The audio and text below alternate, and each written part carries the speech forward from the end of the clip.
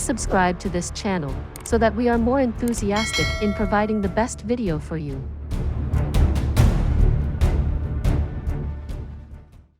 Chapter 151. Tang Yuan's medical examination begins. By the time Jun Moxie returned home, Tang Yuan had been waiting a long time for him.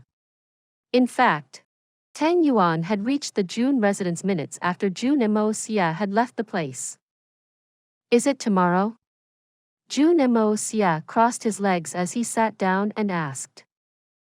Yes, tomorrow. Tang Yuan nodded like a rooster on the way to the butcher's. Although his eyes still reflected a slight trace of hope in them, third young master. My brother. I'm relying on you here. Then the fat man moved closer to Jun Moxie and hugged him. Fatty. Don't make me vomit.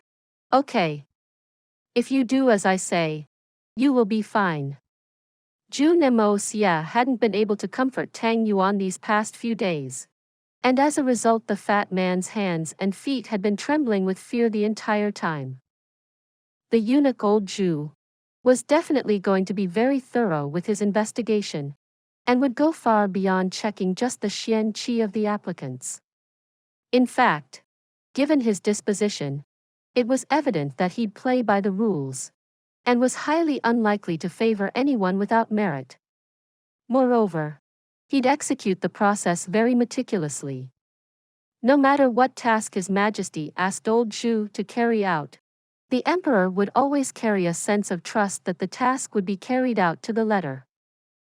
In addition to being very meticulous and precise with his work and responsibilities, old Zhu had another rather strange habit, an extreme obsession with cleanliness. Obsession with cleanliness isn't a problem in its own, and many people are cleanliness-oriented. The habit of keeping their environment neat and clean isn't an issue when it comes to normal people, but the eunuch, old Zhu's obsession was way over the top. He would bathe twice each day, regardless of the season. Even excess workload couldn't deter him from taking 2 baths a day. After each wash, he'd change his clothes right down to his undergarments. Even if someone touched a tree on the road, old Zhu would refrain from coming in direct contact with the man from the fear of catching an illness. Even His Majesty couldn't help feeling a bit strange about old Zhu's obsession with cleanliness. It is said that even when His Majesty offers old Zhu a seat to sit on, the eunuch first takes out his towel to wipe the chair, and only then does he sit on it. But only halfway. He refrains from sitting on the chair properly to avoid heating his buttocks. These strange actions of old Zhu were known to leave the emperor stunned and wondering about the man's sanity. As for his personal belongings, no one was allowed to touch them. Regardless of the value of an item, if someone touched his belongings, then the eunuch would discard the object. Obviously, the person would have to pay back in some respect, regardless of which body part of the said person came in contact with his personal belonging. The said body part would be chopped off, even if the contact wasn't deliberate. The all-seeing emperor had decided to make the best use of old Zhu's obsession and had bestowed him with the charge of the imperial palace's cleanliness. Obviously, the palace maids were always complaining under his charge. However, the effect was quite marvelous, and the imperial palace was regarded as one of the cleanest places in the entire kingdom. Old Zhu's obsession with cleanliness was a well-known matter, and since everyone knew about it, most people tried their best to avoid coming in contact with him altogether for the fear of offending the old man, as the aftermath was usually considered to be quite devastating. Naturally, Jun Moxie had no difficulty in finding out about this matter. Jun Moxie was planning on doing the exact diametric opposite of this, and was hoping that it would help in destroying Tang Yuan's chances of passing the examination. The old eunuch took his work and responsibilities so seriously that in case there was a problem with Tang Yuan, he wouldn't refrain from mentioning it in his report, even if the fat man belonged to a very influential family. So naturally, Jun Xie was planning on taking advantage of old Zhu's obsession with cleanliness to strike out Tang Yuan's chances of getting in. Fatty, take this medicine pill 1 hour before your medical test. Then, when this comes into play, everything will. Jun Xie winked. I will not, this is so disgusting. Tang Yuan hesitated as Jun Xie handed the pill over to him. Then there's nothing that I can do. I have given you a solution, but the rest is up to you. You decided whether you wish to live the life of an insect or that of a free man. Jun Xie hummed twice. Okay. Tang Yuan clutched the pill tightly in his hands as the fat flesh on his face distorted a bit. I'll go all out this time. Face it like a brave warrior. Jun Xie patted him on the shoulder with a friendly look on his face. I wish you the best of luck. And I'll silently be standing behind you as you succeed in this mission. My spirit will be there to support you. Is there anything that you can do about the beating that I will get after I fail this test? Tang Yuan asked in a worried manner. After this happens, I'm pretty sure that my father will peel my skin off. And he will probably never give me any money again. I can only sympathize with you in that regard. Jun Xie sighed deeply as he looked at his friend's impassioned face. This will be a thing of the past soon enough. And you'll forget about it sooner than you think. But make sure that you remember this, you mustn't forget to skip your breakfast. Don't eat anything in the morning. Okay? Tang Yuan nodded solemnly. I will remember that. Once Tang Yuan was out of sight, Jun Xie bent down and squatted on the floor while he laughed his lungs out. It took him a while to regain his composure and posture again. Jun Xie was quite confident that plan would work. But Jun Xie could have never imagined that this issue with Tang Yuan would become a very special and insanely hilarious incident, which would amuse the entire Xian continent for centuries to come, making this story a legend. And Tang Yuan a near celebrity. Tang Yuan was on his way out of the Jun residence when he ran straight into Jun Xie. Since the two men came face to face, there was nowhere for Tang Yuan to hide. Therefore, he stepped forward and made his salutations. Fatty, you came here to see Moxie? Did you lose your wife again? Jun Xie glared at Tang Yuan. What are you doing? Look at Moxie. He's completely changed his life around. You also need to grow up. Tang Yuan started panicking since he didn't wish to lose face in front of the general. Sometimes when youngsters are faced with a powerful and majestic presence, they tend to stammer if they are unable to find an answer for a question. No. He had already hidden his hand behind his back subconsciously.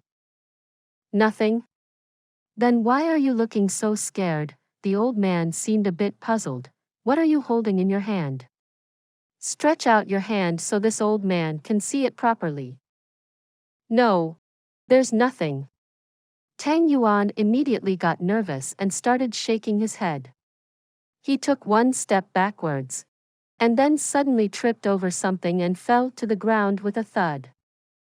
Jun Xie laughed out loudly. You look like a scared little child. Don't be afraid of my position. It's not like I'll go to war with you. Then Jun Xie stepped inside the Jun residence laughing, not bothering himself with Tang Yuan any further. Tang Yuan stood up and wiped the sweat off his forehead, and then suddenly realized that the pill had disappeared from his hand. He presumed that the pill must have fallen down when he tumbled over. This obviously wasn't a trivial matter. So Tang Yuan immediately knelt to the floor in search of the pill. And it took him the greater part of the evening to search for his lost life-saving pill. Due to this ruckus, Tang Yuan confused Jun Xie's directions. Don't forget your breakfast. And started to believe that Jun Xie had asked him to eat a hearty breakfast instead of going empty stomach. I don't think that eating breakfast is a good idea, but the third young master specifically told me to eat. so I must trust his judgment. I'll eat properly before I leave for the examination. Since this thought crossed his mind, his stomach naturally started growling for food. Next morning, Tang Yuan stuffed his belly round and smooth, burped, and then followed his father on his rickety horse to the imperial palace. Minster Tang was very proud of his status. Therefore, in order to prevent any mishaps, he had already put Tang Yuan through a full-body examination, and was hence confident that there would no issues with regard to his son's qualification, since being overweight was unlikely to be a problem. What should I be afraid of? As the saying goes, a man mustn't worry about his weight. Minister Tang looked at his fat son atop the struggling horse and smiled. Once they reached the imperial palace, Tang Yuan sat down in the designated waiting area in anticipation of his impending medical examination. When only 1 hour remained, he quickly swallowed the pill which he had received from Jun Moxie. Since his throat felt a bit dry, he irrigated it with some cold water to comfort himself. A total of 9 people had applied for the position, out of which 4 people belonged to high-class families, while the other 5 were talented scholars. Seeing such strong competition for the post, Minister Tang was relieved that he had already arranged for his son's selection. He was completely unaware that the plan his son had formulated with the help of his best friend, Jun Moxie, would turn into a big headache for him. If their plan was successful, then he would lose a big chunk out of his life's savings. In reality, Minister Tang was already doomed to lose his saving. Old Zhu's examination method was very strict and scientific, which had left the applicants very nervous.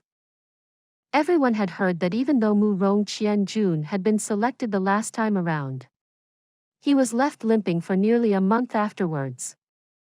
So what exactly did he do to Monarch Jun during the examination? As the applicants started becoming increasingly nervous, they started harboring sympathetic thoughts for their predecessor. If we get selected, then there's a chance that we might even end up getting crippled in the process. If we wash out, then it will be a big humiliation. Please subscribe to this channel so that we are more enthusiastic in providing the best video for you. Chapter 152. The super amusing incident. Tang Yuan became even more nervous since the person before him had already been called in for an inspection. The fatty turned his fat neck and looked around, but saw his father staring right back at him. Minister Tang knew that his son was reluctant about this whole affair, and was keeping an eye on him since he was afraid that his son might run away in the middle of things. He saw the manner in which Tang Yuan was gazing around, and shouted in a low tone, "Don't embarrass your old man." Tang Yuan retreated his neck, grumbled a few words, and then looked down again. Then, he suddenly felt a burst of churning inside his stomach, which was followed by a grumbling sound from within his body, and his face immediately turned pale. He turned to his father, stood up and cried, "I want to." "You want me to kick your butt again?" Minister Tang opened his eyes widely as furiously glared at his son. "If you don't pass this test, then I'll break your legs after we get home. And if you say another word, then I'll break your legs right here." The pale-faced Tang Yuan clutched his stomach and sat down again, and gradually tried to suppress his inner desires. But he still couldn't help controlling the urge to curse Jun Moxie. "Why didn't you tell me that this pill will give me gas? This is so wrong." He was completely unaware that he had mistaken Jun Moxie's directions since he had remembered, "Don't forget your breakfast," instead of "Don't forget to skip your breakfast." The mix-up of words made the two situations completely different. Plus, he had drunk some cold water, which amplified the pill's effectiveness and made it twice as strong. Even though the end result would be the same in this case, but the turn of event which would lead to the result would be poles apart. The two youngsters next to him were murmuring amongst themselves. The two boys belonged to the Meng and the Song families respectively. Brother Song, you know that old Jew, what does he do to people in there? Don't ask me. I don't know. But I've heard that the examination is supposed to be very cruel.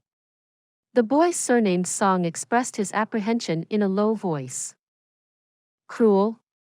Tang Yuan raised his voice and said, did you know that Mu Rongqian Jun wasn't able to walk properly for months after his inspection? That's way beyond cruel, if you ask me. The two youngsters suddenly went pale as well. Minister Tang fiercely looked over at his son again in order to stop his son from spreading rumors, but felt very proud inwardly. He's finally getting the hang of things. He just successfully cracked his opponents down by putting them under pressure. Good. He's finally living up to my name. Tang Yuan leaned back in his chair with a clear conscience with respect to his words. But then he suddenly felt another burst of reactions inside his stomach, almost as if something was moving left and right inside his stomach, and his face become even weirder. I can't wait any longer. Jun Moxie. I curse you. How could you have forgotten to tell me that the pill would give me gas? Just as he was about to dash away to resolve his situation, a voice called out, next. Tang Yuan. Tang Yuan's face suddenly became green. He retreated deeper into his chair, unwilling to leave it. Minister Tang angrily got up from his chair and grabbed his son's fat body and propelled him onto his feet. Then, he shouted as his son finally came to his feet, he called your name, you evil creature. Now don't keep the old man waiting. Then, he raised his leg and kicked Tang Yuan in the buttocks, and sent him flying to the floor. Tang Yuan entered a long and narrow corridor, and was led to a room at the end of the passage by a young palace eunuch. The room's temperature was quite low since the thick curtains were blocking out the autumn sun. Naturally, Tang Yuan couldn't help feeling the cold on his skin. On top of that, the old eunuch in front's complexion was as white as snow, and then the man was dressed in spotless white robes, so much so that even his socks were white, along with his hair, eyebrows, and beard. There was no other color on his body. Tang Yuan suddenly recalled the legend of the Soul Reaver, and suddenly his stomach didn't seem to bother him as much. Tang Wanli's grandson? Shed them off. Old Zhu's name was quite strange. Zhu. His face didn't show even the slightest trace of emotion as he looked at the fat youngster, and then pointed to a piece of white cloth on the floor, strip and asterisk ked, and stand on top of that. If there was a beautiful woman in front, then Tang Yuan was guaranteed to strip faster than any man alive. But at the moment, he had been asked to strip not by a beautiful woman, or any woman for that fact, but by an old eunuch. Under physiological pressure, Tang Yuan started dilly-dallying, almost as if he was refusing to shed his clothes. Old Zhu raised his eyebrows provocatively, and then grunted, ah. He hunkered down in his chair, and even though he didn't move, Tang Yuan felt a surge of immense pressure, which numbed his fat body like an avalanche of snow. Eunuch, can you, please, turn away? Tang Yuan's face twitched as he asked while gripping his belt. Take M off. Old Zhu blinked as he repeated himself angrily. But it seemed as if he was beginning to enjoy it. Quickly, he seemed to be showing no trace of politeness even though he was talking to the son of a minister. As you say. His stomach started feeling even worse as he untied his belt, and then turned away once again as he grimaced, eunuch, can I just? Tang Yuan had already given up at this point, and was now more worried about his stomach. Didn't seem interested in repeating himself again. His eyes flashed a blue-colored light as he extended his hand and withdrew a small knife. Chi sounds were heard as his blade fluttered through Tang Yuan's clothes, revealing his bare fat, His belly almost stooped down to his knees. Tang Yuan shrieked, and then used his hands to cover his lower body. He didn't really need to though. His fat belly was enough to conceal everything he didn't wish to expose to the old man in front.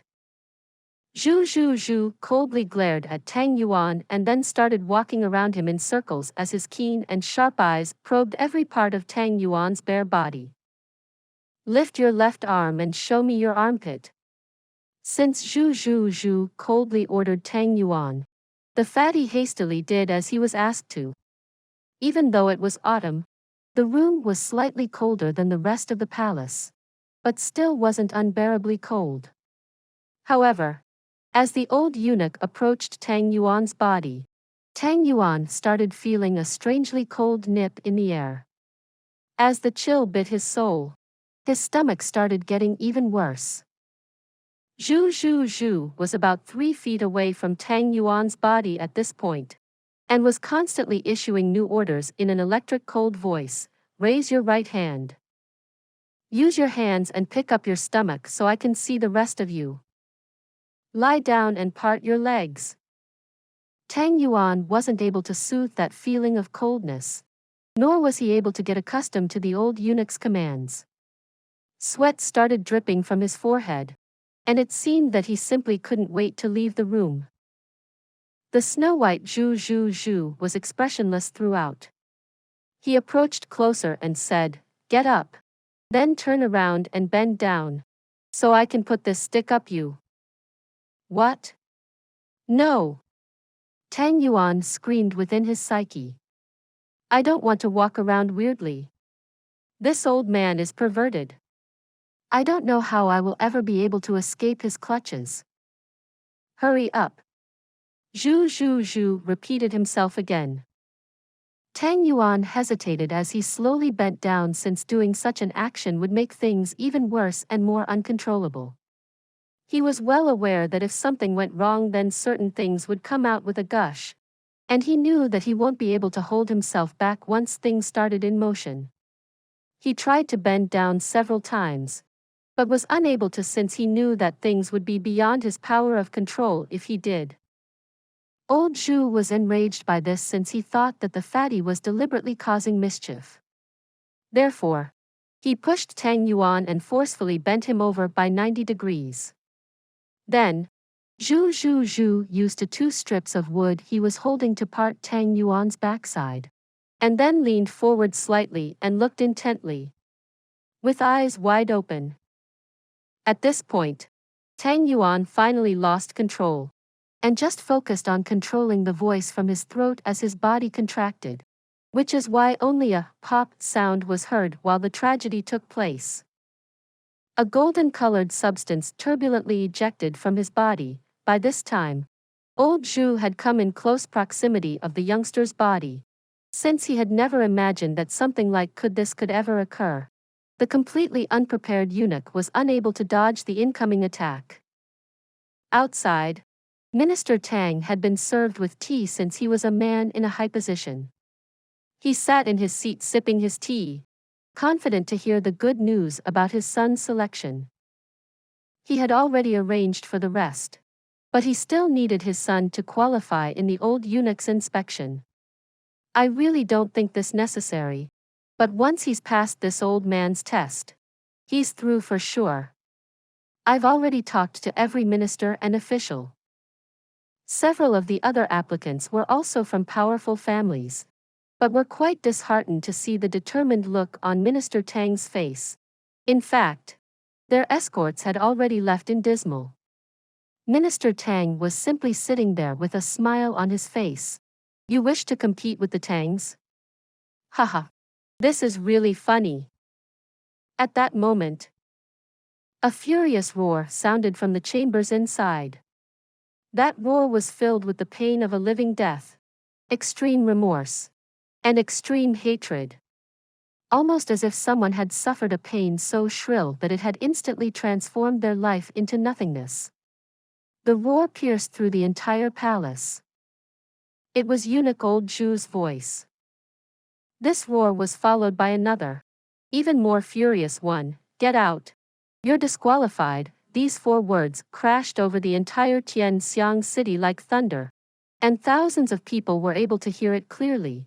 Each and every person who heard this voice was clearly able to assess the extreme resentment behind the voice's origin.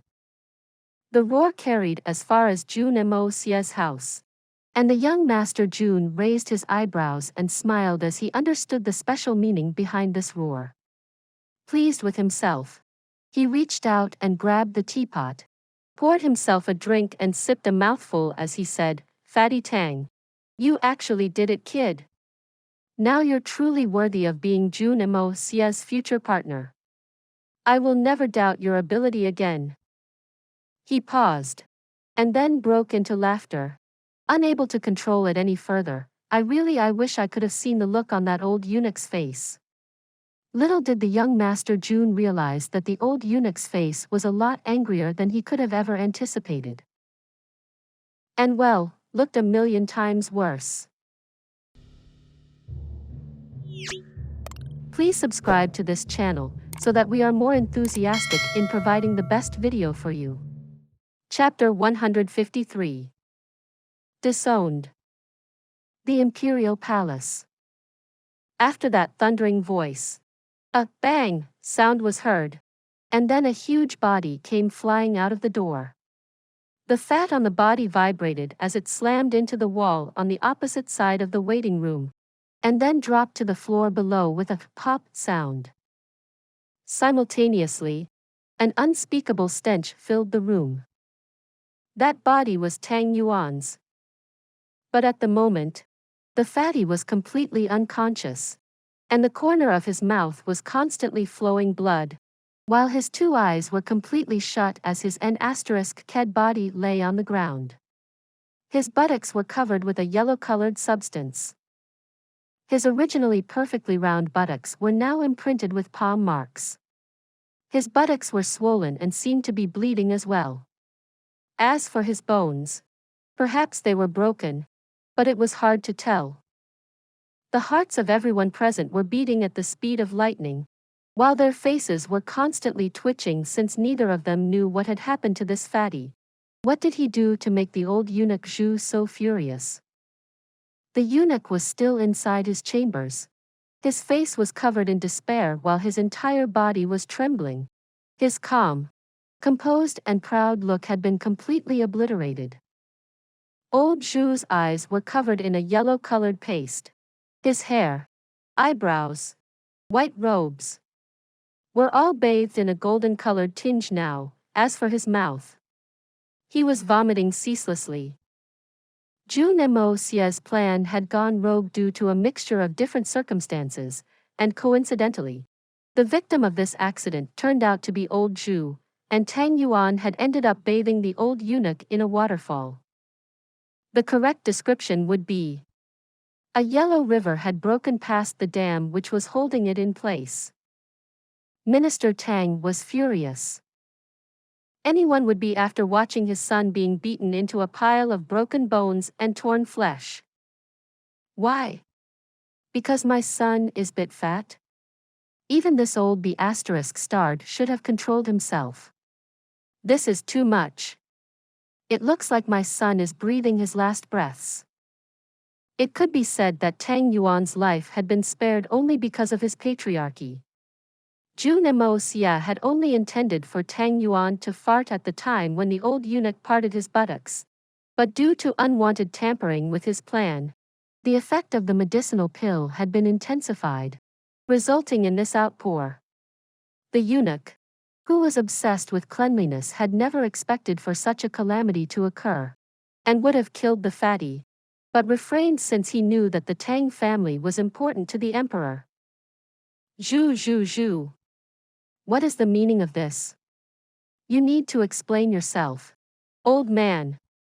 Minister Tang shouted out loudly as his heart trembled from the ache of watching his son's tragic condition, and it seemed that he was already prepared to dismember the old eunuch's body. After a long while, a cold and dark voice resonated from the inner chambers. Tang Qianyu. If this fatty wasn't Tang Wanli's grandson, then I would have already killed him by now. If you both didn't belong to the Tang family, then I would have already killed you both. Now lift, you foolish son, and immediately disappear from here while you still can. Otherwise you'll end up changing my mind. And all those who are waiting outside can go take a hike too." The old eunuch's thundering voice was followed by sounds vomiting, and everyone could tell that the old eunuch was in a very bad condition himself. I've heard that the old eunuch is very cleanliness-oriented. But what could have this fatty done to make him this angry? Everyone looked at each other as they tried to guess. And then immediately fled the scene. Staying here is too dangerous now. Although Minister Tang was extremely furious, he didn't stand there to argue. A wise man knows when the odds are against him. He quickly took his son to the doctor since the wounds were extremely serious. Minister Tang had already realized that he would only find out the truth the following day. Tang Yuan stormed into the imperial palace to find old Zhu and demand justice for his grandson's condition. Grandfather Tang simply couldn't imagine that his decades-old friend would ever do such a thing to his grandson. "Why did you do this? This is completely insane." As an end result of believing that the old eunuch's actions were completely insane, Grandfather Tang was forced to return dejected, depressed, and furious. Fatty Tang's condition required a lot of care and assistance from everyone in the household, and everyone was constantly kneeling over and around his body to provide him the required care. Even though Grandfather Tang and Minister Tang were furious with Tang Yuan's actions, they both knew that it was more important to improve the status of body's injuries at the moment. His justifications and punishment could wait until a later time. However, Grandfather Tang and Minister Tang were still extremely furious, anxious, and sad since they had spent a huge sum of money to open up this channel for Fatty Tang, and were already preparing for throwing a party in celebration of their success at the time this mishap occurred. Why would our son do such a thing at such a crucial time? And it's not like he just did it, he did straight on the old eunuch's face, eyes, and even his mouth. Let's not forget that the old eunuch is so cleanliness-oriented that he can't even stand the thought of something like this. Grandfather Tang and Minister Tang were sitting beside Tang Yuan's bed as they watched his shattered body. Their mouths were constantly repeating, "I've heard in the past that diarrhea can be incited by pressurizing situations, but I always thought that it was a joke. But now I know that even though this is a rare thing, it can still happen." Once Tang Yuan emerged from the shock, Grandfather Tang, furious, expelled him from the house, even though his bodily injuries were still quite serious. "From now on, you're no longer the grandson of Tang Yuan. You're no longer a Tang. Quickly get out of my eyesight and disappear forever." Things had obviously gone too far.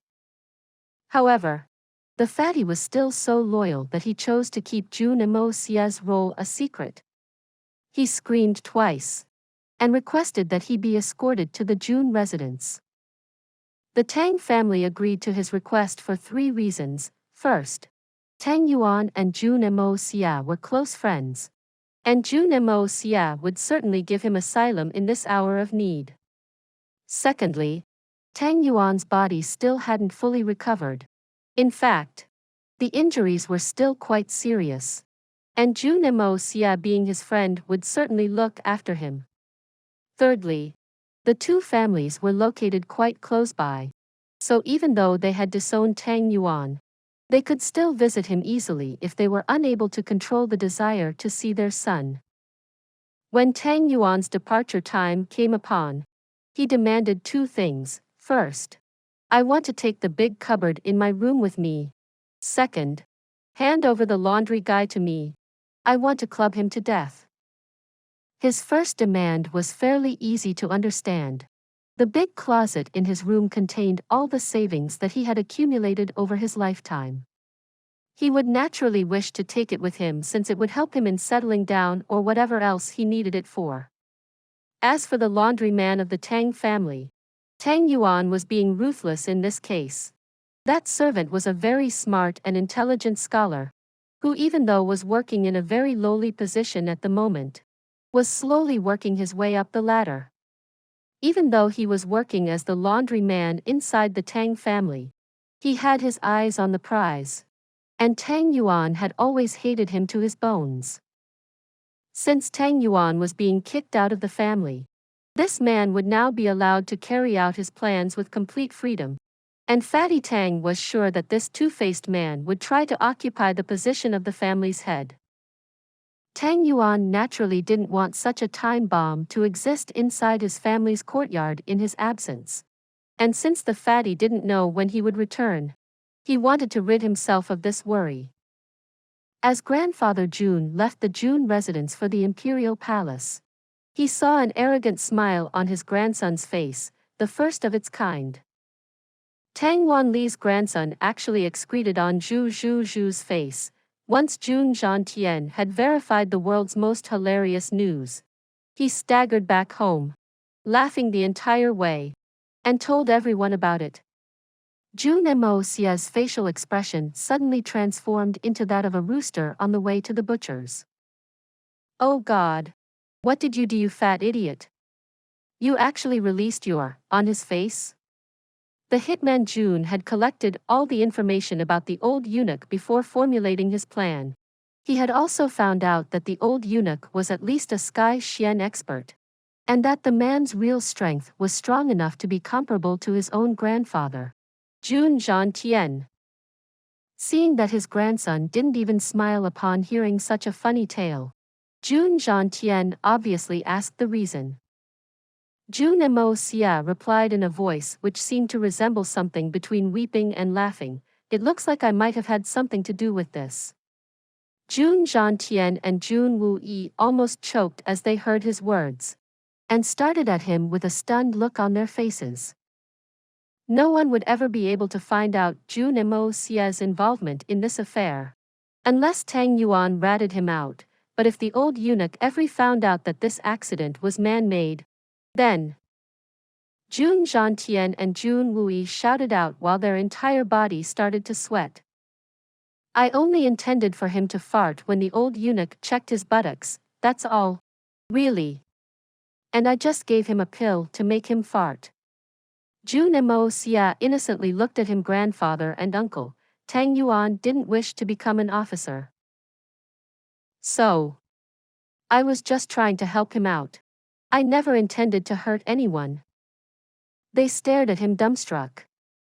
They had never imagined that such a hilarious incident would be artificially fabricated by none other than their own Jun Moxie. They obviously understood that this matter could never be made public, otherwise the consequences would be too severe. Please subscribe to this channel so that we are more enthusiastic in providing the best video for you. Chapter 154. The Debauchee Alliance.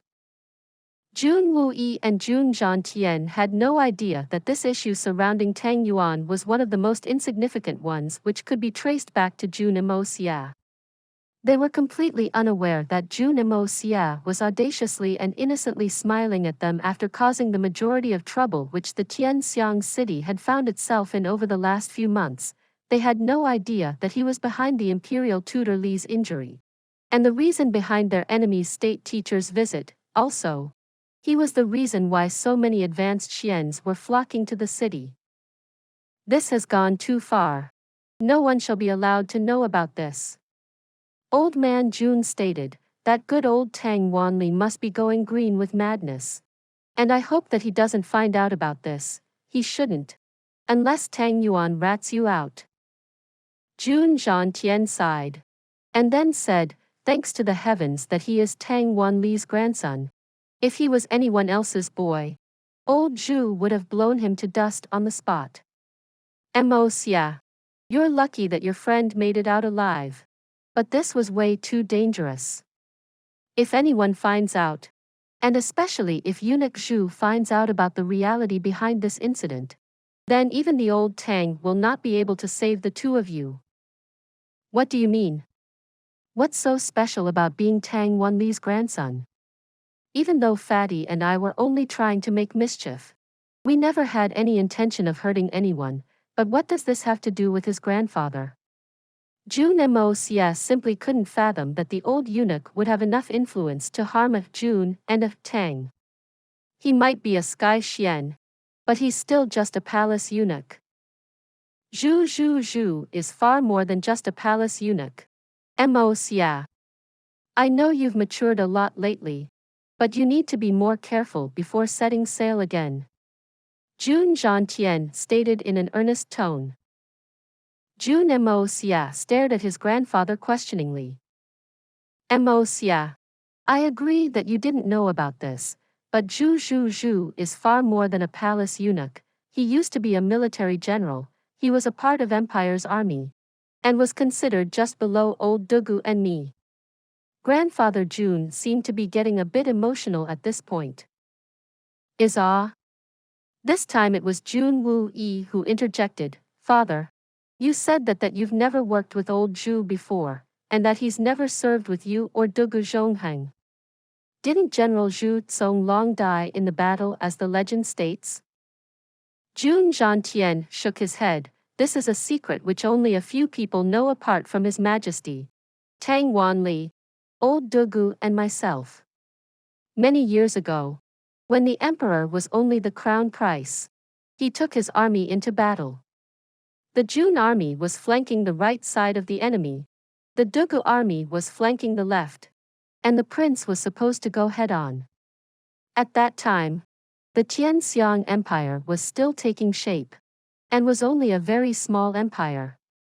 The prince was ambushed, and we all arrived a little too late to rescue him. As a result, the prince was captured by the enemies along with two of his generals, Tang Yuan and Zhu Zonglong. The enemy wanted to rot the prince's body with vermin to stifle our military's motivation. But Zhu Zonglong stood out as a hero and valiantly disguised himself as the prince, and was then detained by the enemy for conducting their tortures. Tortures? Jun Moxie and Jun Xie glanced at each other as they finally saw the light. They could finally see all the lies clearly. Obviously, we charged at the enemy at night to rescue our prince, and killed their attackers. Somehow, we were able to carry Zhu Zonglong away from the danger at the last second. But by the time we rescued him, his body had already stopped resembling that of a human being. His upper and lower body had been eaten away by vermin, poisonous snakes, rats. His injuries had brought him on the doorstep of death. He had sustained at least 1,000 wounds on his body. Even his crotch had been torn to pieces. This general, Jun Xie sighed regretfully. So that's why. That's the reason why such an accomplished expert is only a palace eunuch. And that's why he's so obsessed with cleanliness. Jun Moxie was finally able to understand. No wonder the old eunuch occupies such a favored position in the palace. He suffered so much for the king. His Majesty wouldn't allow such a loyal servant of his to be mistreated at any cost. This was another trait of the hitman. He couldn't admit that he was wrong.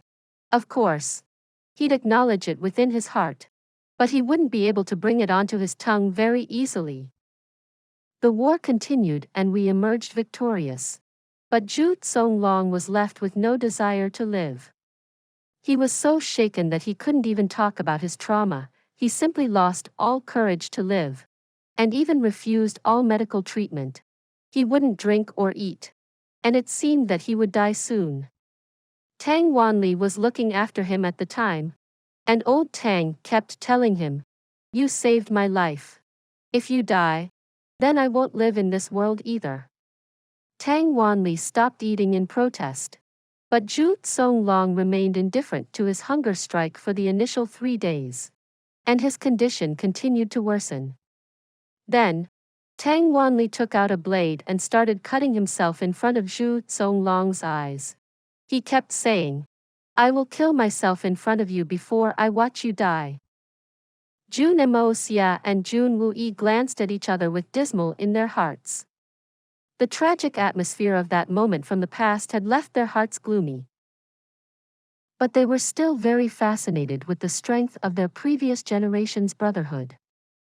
Soon, Tang Yuan had cut off almost 30 pieces of flesh from his own body. Then, suddenly Zhu Zonglong broke into tears and started eating his food. But Tang Yuan fell down. The condition of his injuries was far worse than the general's. Jun Xie continued. At the end of the war, the prince ascended to the throne as the new emperor.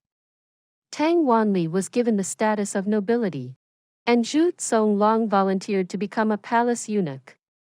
He changed his name to Zhu and dedicated his life for safeguarding the emperor in secrecy. The general Zhu, who died in the battle protecting the prince, is still alive in the man named Zhu. No one has ever been able to find out that Zhu and General Zhu Zonglong is the same person since he changed his appearance. The entire room had gone silent by the time this secret was fully revealed. The breathtaking tale of their unshakable friendship and brotherhood seemed to have taken control of Jun Xien's heart.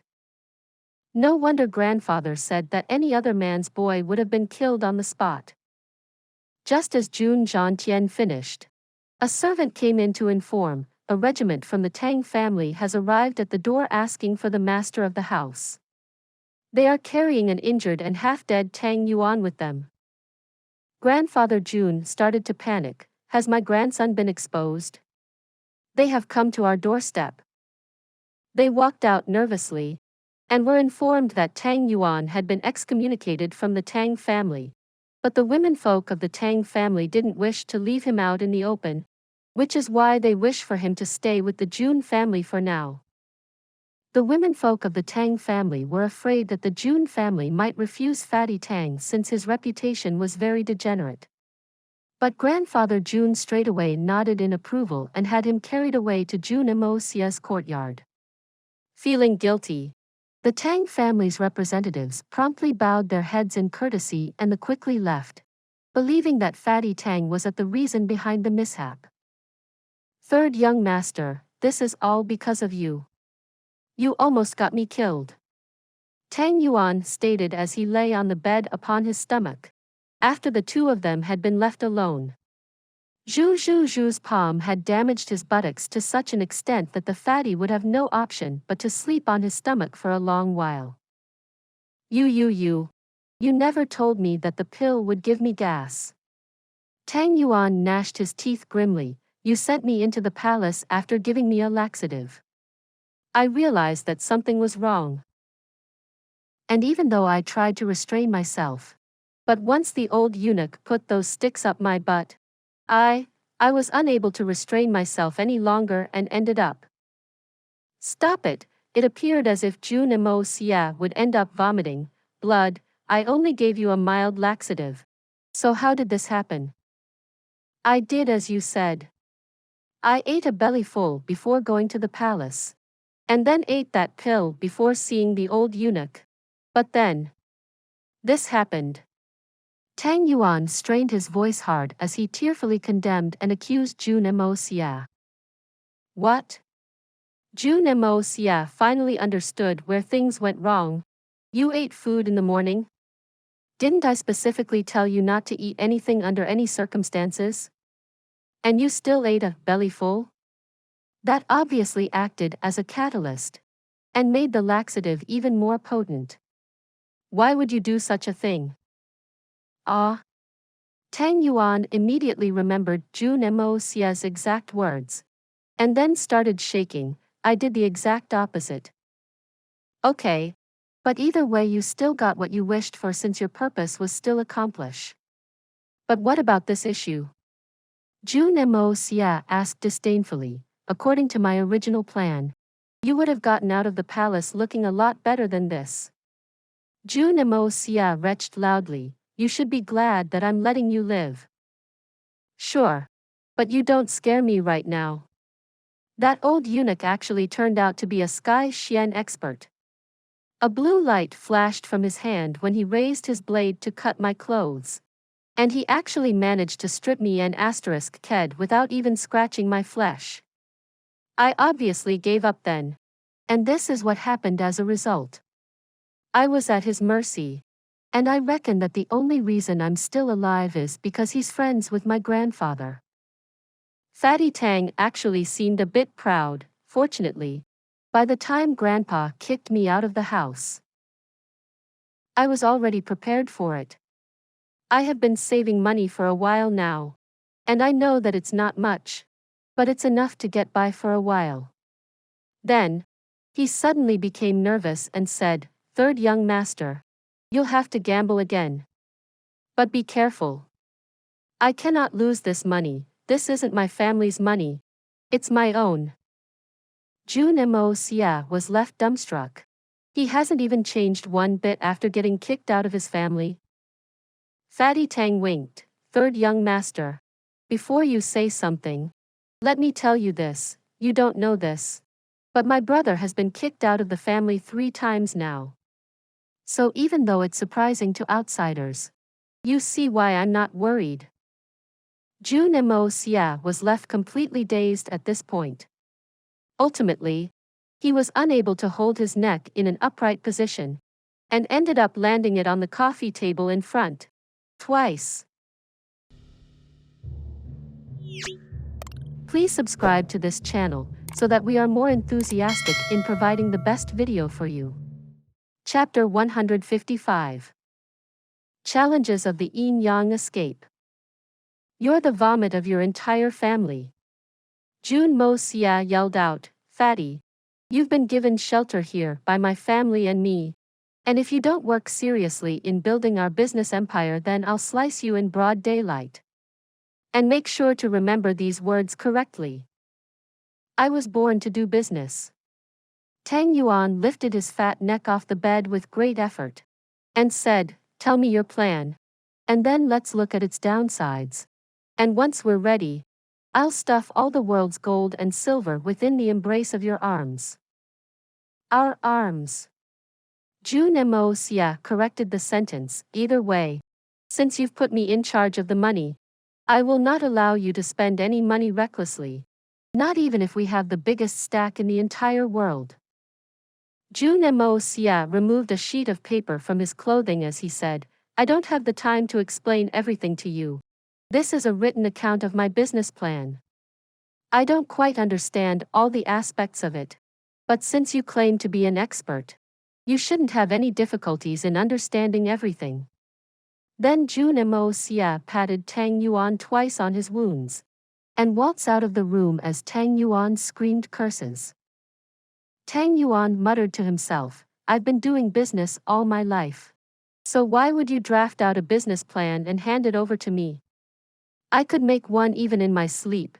He closed his eyes as he tucked Jun Moxie's paper under his pillow, and then fell into a deep sleep.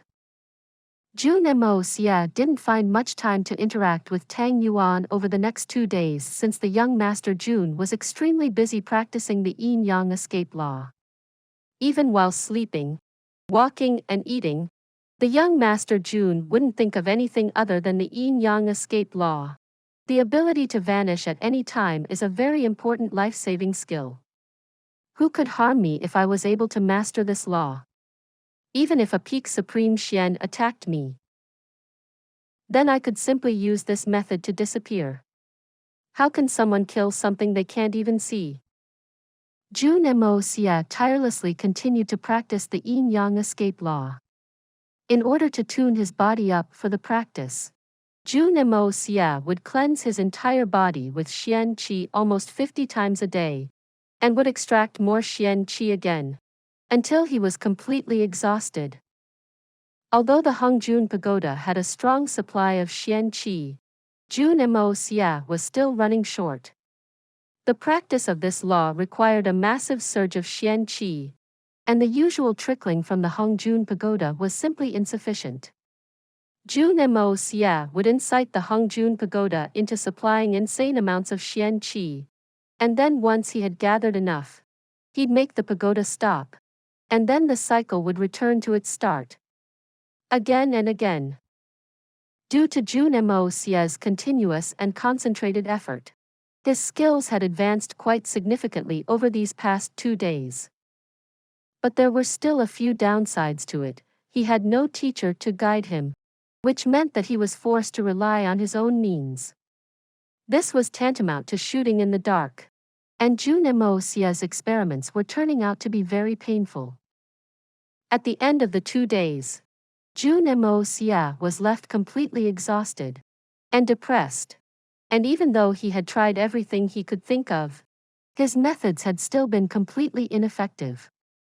The only effect that he had been able to witness was the look on the Lolita's face, who was under the impression that the young Master Jun had lost his mind. "Little Ku, can you still see me?" "Of course I can see you. What do you mean? Are you playing a joke on me?" Little Ku widened her big and round eyes and titled her head as she looked at Jun Moxie. "Ah." Jun Moxie resumed his research. "Master, why are you walking that way?" Little Ku looked up at him. "Master, why are you taking your clothes off?" "Master, your hair is so messed up now." "Master, why did you bang your face into the wall? It must have hurt." "Ah."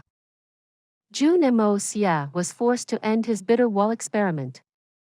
"Master, you're acting really weird today."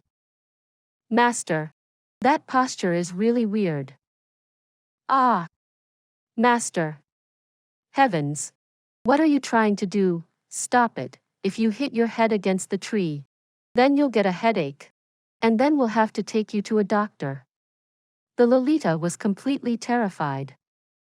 "Ah." Jun Moxie was going mad. "What am I missing out on?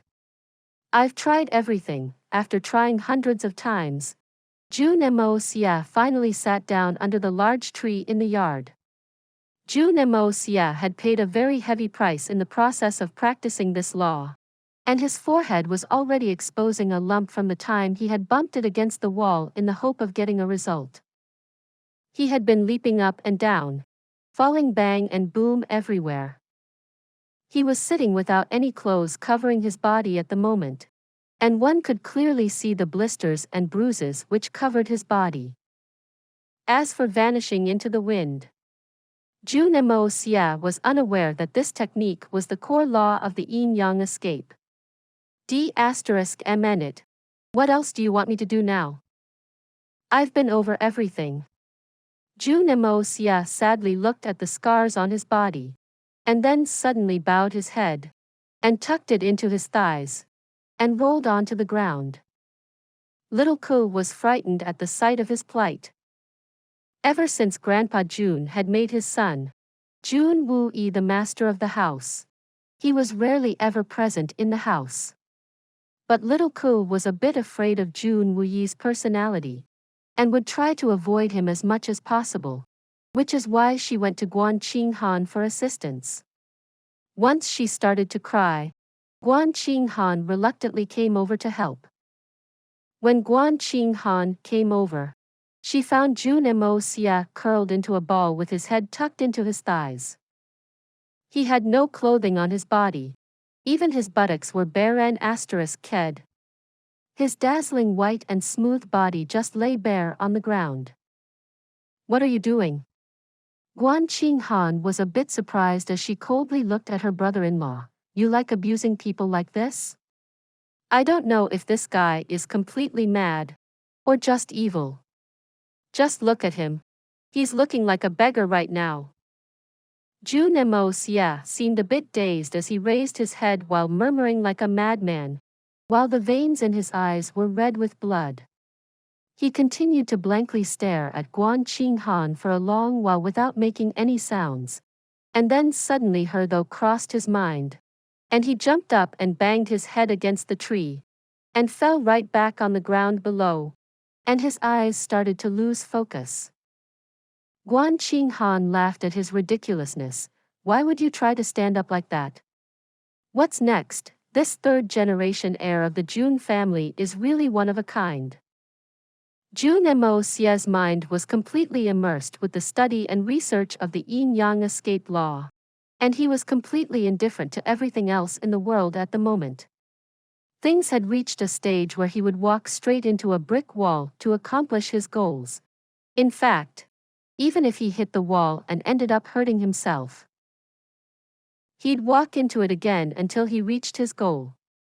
What is Guan Qinghan talking about? Does she even know how beautiful she really is?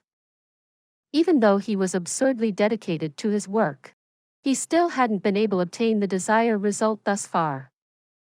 He frowned as he pondered for a while and then suddenly jumped up again and landed shakily on his feet. Jun Moxie twitched a few times and then giggled. I need to put more effort into this. Then I can go and peep on my beautiful sister-in-law while she bathes. And then he suddenly felt as if he'd faint. The heavens know that he would have wished to vanish before saying this sentence out loud. In his state of concussion, Jun Moxie probably wasn't even aware that he had uttered these words out loud. Oh my God! Oh my God! What did he say? He wants to peep while I bathe. Guan Qinghan's entire body shivered with anger as she went pale. Mississippi, he is concussed. And he's just talking nonsense. You don't take his words literally. Young master has changed a lot recently. Little Ko started to blush as she stammered while trying to defend Jun Moxie under the pressure of the situation. Guan Qinghan's anger exploded and she scolded in a cold tone, Little Ko, you're trying to save this monster even now. Then without saying another word, she straight away kicked Jun Moxie in the leg, then she kicked him again since she hadn't vent out her anger properly. Jun Moxie was completely surprised, which clearly reflected on his face. And his face suddenly changed look several times in an instant. Guan Qinghan was still silent, but her eyes had started to tear. That one sentence of Jun Moxie's had shamed her to the extreme. Then, she raised her hand to strike Jun Moxie's face. Jun Moxie stepped backwards and managed to evade her strike. His voice expressed a clear and authentic air of surprise, sister-in-law. What are you doing, in this condition of pain? His instinct was prompting him to tear her into two pieces. You know well. You be *****. Guan Qinghan thundered as she continued to press harder. Jun Moxie calmly kept dodging her attacks. I don't think I offended you today. So why are you doing this? You didn't offend me. Guan Qinghan was surprised at the shamelessness of her brother-in-law, and was even more infuriated to realize that she was unable to reach him. Then, suddenly she pulled out the knife she was wielding around her waist, and waved it towards Jun Moxie's shoulder to stab him. Jun Moxie was in a state of complete shock. Why are you doing this? Why would you attack me with a knife? Confused, he scrambled to escape her blade. His body had already sustained hundreds of bruises, and was obviously completely exhausted. Moreover, since his Xian Qi was completely depleted as well, it was getting extremely hard for him to dodge Guan Qinghan's onslaught since he was unable to fight back. Left with no other option, he made a quick decision and then quickly turned around and ran. Little Ko jumped in to try and block Guan Qinghan, but was obviously unsuccessful. Tang Yuan could also hear the noise, and started shouting while lying on his bed, "Kill it!" At this point, the gatekeeper trotted over. "Master, lady, 2 adults from the southern province have arrived to pay a visit." Guan Qinghan made an "ah" sound while her knife fell to the ground. Jun Moxie crooked his nose and muttered, "Why me? And now her family has arrived at my doorstep?" Please subscribe to this channel, so that we are more enthusiastic in providing the best video for you. Chapter 156. Buried alive. The gatekeeper was completely unaware that the Jiangnan delegation had arrived with their own ulterior motives. I have no idea why so many people are flocking to the Tianxiang city in this time of turmoil. What is going on here? Now even my own people are trying to steal from me. Jun Moxie frowned, sensing that something was amiss. The entire capital was in a state of chaos at the moment. The days were as normal, peaceful and calm as ever, since no one would dare to cause a commotion in broad daylight. But the city's night patrol had been finding an increasing number of dead bodies in every part of the city with each passing night. Often the city's patrol would find unknown and strange devices on the bodies of the deceased. The Department of Justice and the Imperial Army had been keeping a close eye on the movements inside the city, and were completely confused by these events since the major gangs within the city didn't seem involved. However, all the major gangs of the city seemed to be aware of this instability, and had already tightened their securities, which was making it even harder for the authorities to investigate into the matter. The result of the final investigation left everyone shell-shocked. The deceased don't belong to the Tianxiang city. They comprise of every major faction outside the city, and many of the dead bodies discovered belonged to renowned and accomplished foreign individuals. Even though the encounters which lead to their deaths happened in silence, the majority of the deceased were advanced Xians. In fact, all the dead bodies procured so far are above the base of Silver Xian realm. These incidents are becoming more and more frequent, with the most recent one involving the Mu Rong family. Then, as the investigation continued, we were able to discover that 3 out of the city's 5 major families were involved in the fray, namely, the Song family, the Mu Rong family, and the Meng family. Although there is no concrete evidence of the roles of these families, but it is evident that they are involved. Even the third prince seems to be faintly involved. How can we investigate our own houses? Although the officials weren't able to get to the bottom of the matter, but they couldn't help muttering to themselves, are we witnessing a major revolution in the capital? The secrecy with which these factions were operating was making them even more nervous. On one particular night, a variety of Xian beasts flew over the capital city concealed in the dark curtains of the night, causing fireworks, and leaving only corpses in their path. The solitary falcon had been the most active rogue on the city streets over the last couple of nights. He had ventured out in this chaos out of sheer curiosity, and even though he was quite disheartened on not finding anyone worthwhile to cross sword against, but he still crushed any opposition he faced to sate his mad desires. In fact, it could be said that he had been killing every person he encountered in the street at night, irrespective of the strength of his victim. Of course, the solitary falcon didn't consider his action unjust. I never intended on killing you. I was simply trying to learn something from your skills. It isn't my problem that you're so useless that I couldn't even learn a single thing from your useless experience. How can I be blamed for someone else's incompetence? Had he been able to learn anything from a person he dueled against, then he would have allowed them to live on. But unfortunately, no one was able to show sufficient skill to deserve that chance, and were hence massacred by him. This was another reason behind the chaos in the city. He was one of the main reasons behind the deaths of several silver, gold, earth Xians. The whole city was in a mess. The solitary falcon was walking towards a large building at the moment. He hadn't been able to learn much in the 2 nights he had spent exploring the talent on the city streets so far.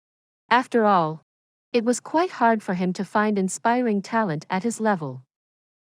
Therefore, the solitary falcon had decided that he would focus his attention only on people above the Earth Xian realm from now on.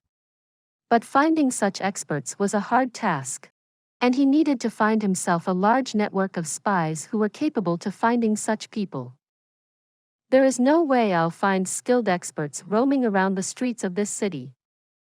Therefore, the solitary falcon had decided to approach one of the largest gangs of the Tianxiang city, the Jinyang Bang gang. This was the only shortcut that he could think of. He was confident that the Jinyang Bang gang's network would be sufficient to give him an insight on the whereabouts of high-level Xian experts within the city. They might be one of the largest factions in this city, but even they cannot reject the offer of currying a favor with a man like me. The solitary falcon was obviously very confident, or maybe a bit overconfident. Boom! The thick door of the Jin Yang Bang Gang's building was suddenly shattered to pieces, and the sawdust from its remaining fragments filled the atmosphere of the lobby. The handful of people who were sitting and drinking tea in the lobby weren't expecting company, and naturally stood up in shock. Who would dare to walk into the Jin Yang Bang Gang's building in such a manner? A figure slowly emerged from within the cloud of sawdust. Long hair. Black clothes. I'd like to see the leader of Jin Yang Bang. The solitary falcon stated his demand in a rather dominating fashion, since he could clearly see that the men in front of his eyes weren't capable enough of calling the shots for such a large organization. Even though these men belonged to one of the largest gangs in the city, but they were no more than mere ants in the eyes of this intruder. The solitary falcon was well aware that he could decide the fate of their existence at his whims and fancies. So why would he bother being polite to such men? The Jin Yang Bang men looked at each other in confusion for a long time, unable to decide the course of action, and then suddenly started shouting as they withdrew their weapons and charged towards the solitary falcon. The solitary falcon grunted as he withdrew his sword, and then painted the room in the bloody colors of a setting sun. The room quieted down as soon as the swords of his victims fell to the ground. Jun Moxie's courtyard. Jun Moxie's infatuation with the yin-yang escape law hadn't diminished yet, and he was still busy practicing the method diligently. In fact, it seemed that his desire had been propelled further, almost to the point where he seemed willing to suffocate himself in the process of achieving his goal. Guan Qinghan's kick had enlightened Jun Moxie, and he had suddenly realized something. As a result of his realization, he had prohibited everyone from coming into his courtyard. So much so that even little Ku wasn't allowed to witness his training at the moment. He had realized that the yin-yang escape law was beyond the imagination of the men and women of this world. So naturally, if he was able to succeed, then it would cause a sensation. Jun Moxie was well aware that this news would spread faster than any other. Jun Moxie had made tremendous progress after some arduous experiments over the course of the evening. He had succeeded in traversing up to 10 feet while holding his breath for a period of 3 seconds. Obviously, while being invisible.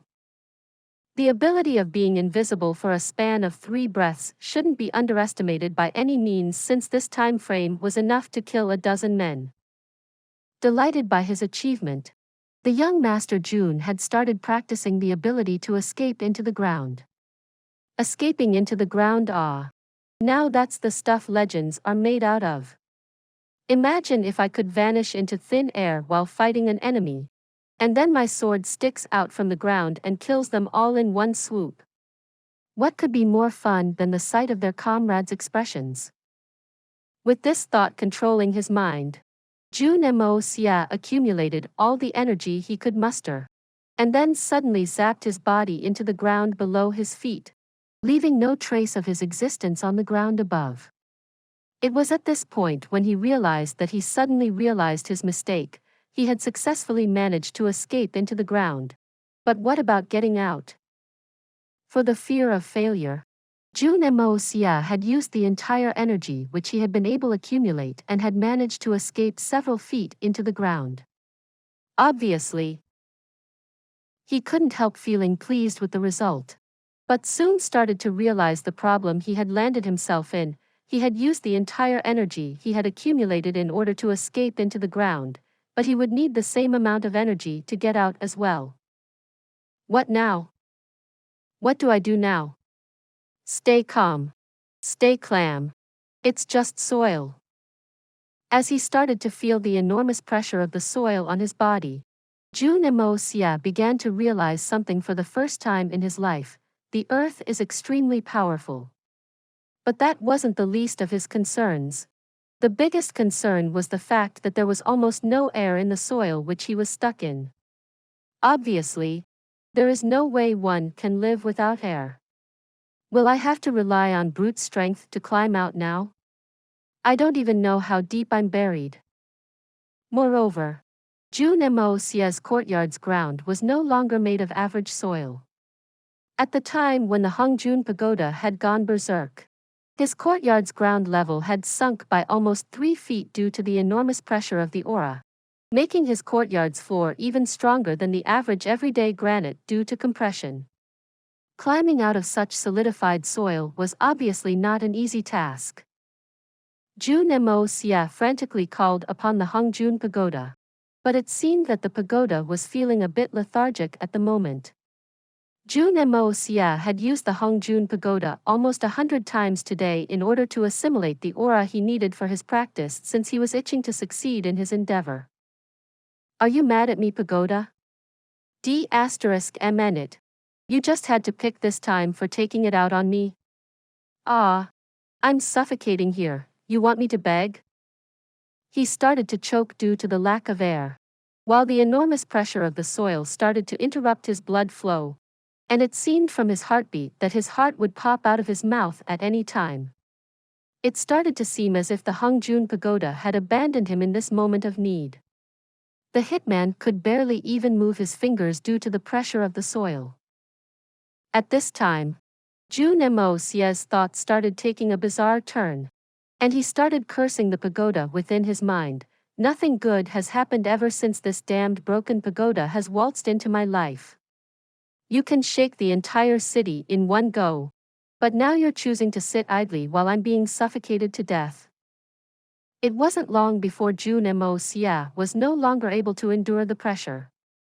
Soon, all he could feel was the pulse in his brain. He had already started feeling dizzy, and he was certain that he would lose consciousness very soon. He desperately tried to push his energy into his dantian in the hope of kickstarting the Hongjun Pagoda several times. No response. His mind started becoming increasingly unstable, and soon he had given up the rational way of thinking. At this point, a golden image suddenly appeared inside his mind, and the Hongjun Pagoda gradually started to rotate at a very leisurely pace. The young Master Jun didn't even have enough strength to curse at this point, so he just quietly waited and prayed. Please subscribe to this channel so that we are more enthusiastic in providing the best video for you. Chapter 157. Business Guru. As the aura started to circulate through his body, Jun Moxie started feeling some calm again. The aura started circulating around his dantian and then slowly progressed to the rest of his body, and that feeling of suffocation instantly vanished. However, Jun Moxie was still a bit frenetic, and the moment he had accumulated a third of the energy required to rescue himself from his predicament, he used the yin-yang escape law to propel himself out of the soil. Puff! Jun Moxie inhaled fresh air once again as his head popped out of the soil, leaving him with a feeling of resurrection. As he greedily breathed the air again, he started to realize just how sweet and comforting the atmospheric air can be. Wheezing and panting, Jun Moxie still hadn't realized that he had only been able to rescue just half of his body, while the other half of his body was still buried in the ground. Master! A high-octave voice sounded all of a sudden as the little Lolita came up running and crying, "Master, who did this to you? Who could be so cruel? Buried alive. Ah!" Jun Moxie remained speechless. "I cannot tell this little girl that I buried myself alive, right? That would be too shameful. No, I definitely can't tell anyone that." Stop yelling. Are deliberately trying to tell everyone? That would be very embarrassing for me. He went to great lengths to convince the young Lolita to stop with her tears, meanwhile constantly trying to pull himself out of the ground by sheer force. But he was unsuccessful in pulling himself out since the solidified ground had almost no chinks or gaps. and the constant struggling was causing more and more pain to his legs and feet. Although little Ku was surely on his side, but it was still better for Jun Moxie's sake that this information stayed out of other people's ears. Jun Moxie wanted to pull himself out using the easier method. But he knew that little Ku wouldn't be able to sustain the shock.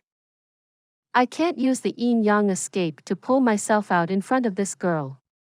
So now what? Dig a hole in the ground? Or pull myself out using yin-yang escape? This little girl will go crazy if I use the yin-yang escape. But watching her reaction would definitely be fun. Jun Moxie started digging a hole in the ground, and then climbed out of the ground, and lay down on the floor exhausted. He instructed the little Lolita to keep her mouth shut, and then got up to return to his room, when suddenly, good heavens, a cadence roar mingled with a strong aria from within Tang Yuan's room shook the entire firmament. The volume of the voice left the young master Jun squatting on the floor from fear. In this world or the previous, the hitman Jun had never been embarrassed twice in the same day in this manner before. Third young master, wow. I'd kiss you, brother, wow. Moxie. You're my brother. No. You're my savior. Where did you get that? Come over here. Another heaven-shaking cry resounded from Fatty Tang's room. The surprise in the voice resembled that of a pervert who had just laid eyes on 7 heavenly fairies taking a bare-bodied shower in the rains. Jun Moxie nervously opened the door to Fatty's room, and wasn't surprised to see that the Fatty's personal maid was already trembling with fear in one corner of the room. This, however, was quite awe-inspiring about Fatty's voice. His inspiring call had already received acknowledgement from the watchdogs of the Jun residence, who had started barking now. Heaven Fatty Tang continued to chant as he looked at Jun Moxie with tears in his eyes, while his body seemed to be twitching to leave the bed. The look of excitement in his perfectly round and small eyes seemed to resembling the look of a pilgrim who had just seen the sacred Buddha. Oh, come on. You better lie down, hurry up and lie down. Jun Moxie stepped forward. If I let this fatty fall down from his bed, then I reckon that the fall will completely disable his body. I need him to be functional. You. Tang Yuan's eyes were tearing while his lips were trembling. I am me. You. What are you me? Jun Moxie squinted his eyes as his patience started to give in. Fatty. Don't call me your brother. I'm one step away from sending you to the dogs. It's the middle of the night. And even if you don't wish to sleep, at least let the rest of us get some rest. At least take some pity on my watchdogs. They've been up all day, they are tired. Why don't you let them rest a while? Now, why are you shouting in the middle of the night? I thought I would die. Tang Yuan looked at Jun Moxie with tears in his eyes. Third young master. I really don't know where you got this from. Your idea will bring the world to an order. This idea will blow the mind of the entire world. This is truly genius. I've never been so surprised in my entire life. I could worship you. Like a surging river of endless rain. Like the immortal waves of the seas. Like the boundless white of the snowy mountains. You're really... Stop. The series of bootlicking comments had left Jun Moxie dizzy. His order ended Tang Yuan's flattery. And so he asked, what are you trying to do? Tang Yuan is certainly up to something. I know I'm very talented. He's right about that. But why would he go on and on about it? The business plan. Tang Yuan's hand trembled as he took out the paper. Did you write this yourself? Or are you passing someone else's work as your own? Jun Moxie nodded in confusion. Yes. Why would you think that this was written by someone else? He had really written the idea himself. Jun Moxie had often needed to play someone else's identity in his previous life, which obviously required to him to have some knowledge about everything, such as planning, business, stock market. In fact, Jun Moxie had once ventured into a prestigious business school to learn some things. He could talk about the simple things, but he wasn't capable of going into the details. You asked if I was in. Tang Yuan grabbed Jun Moxie's hand in excitement and said, Master, I'm in. Please accept your followers' respect. No, Master. You must accept me as your disciple, accept me as a disciple. Jun Moxie suddenly felt a blob of mass wrapped around his hands, and quickly tried to pull his hands free, but was unable to since he was already quite exhausted. He had really never expected that Tang Yuan would hold on to his hand like it was a matter of life and death. The fatty continued to tear and beg, Master, you must take pity on me. Accept me as a disciple. Fatty, if you ever do this again, then I'll throw you in a pit alive. Now will you let go of my hand? Jun Moxie threatened ferociously, and then said, This plan, do you think it's worth something? Why is this fatty acting out like this? Fatty Tang reluctantly released Jun Moxie's hand as his sharp eyes cried with dissatisfaction, Any good?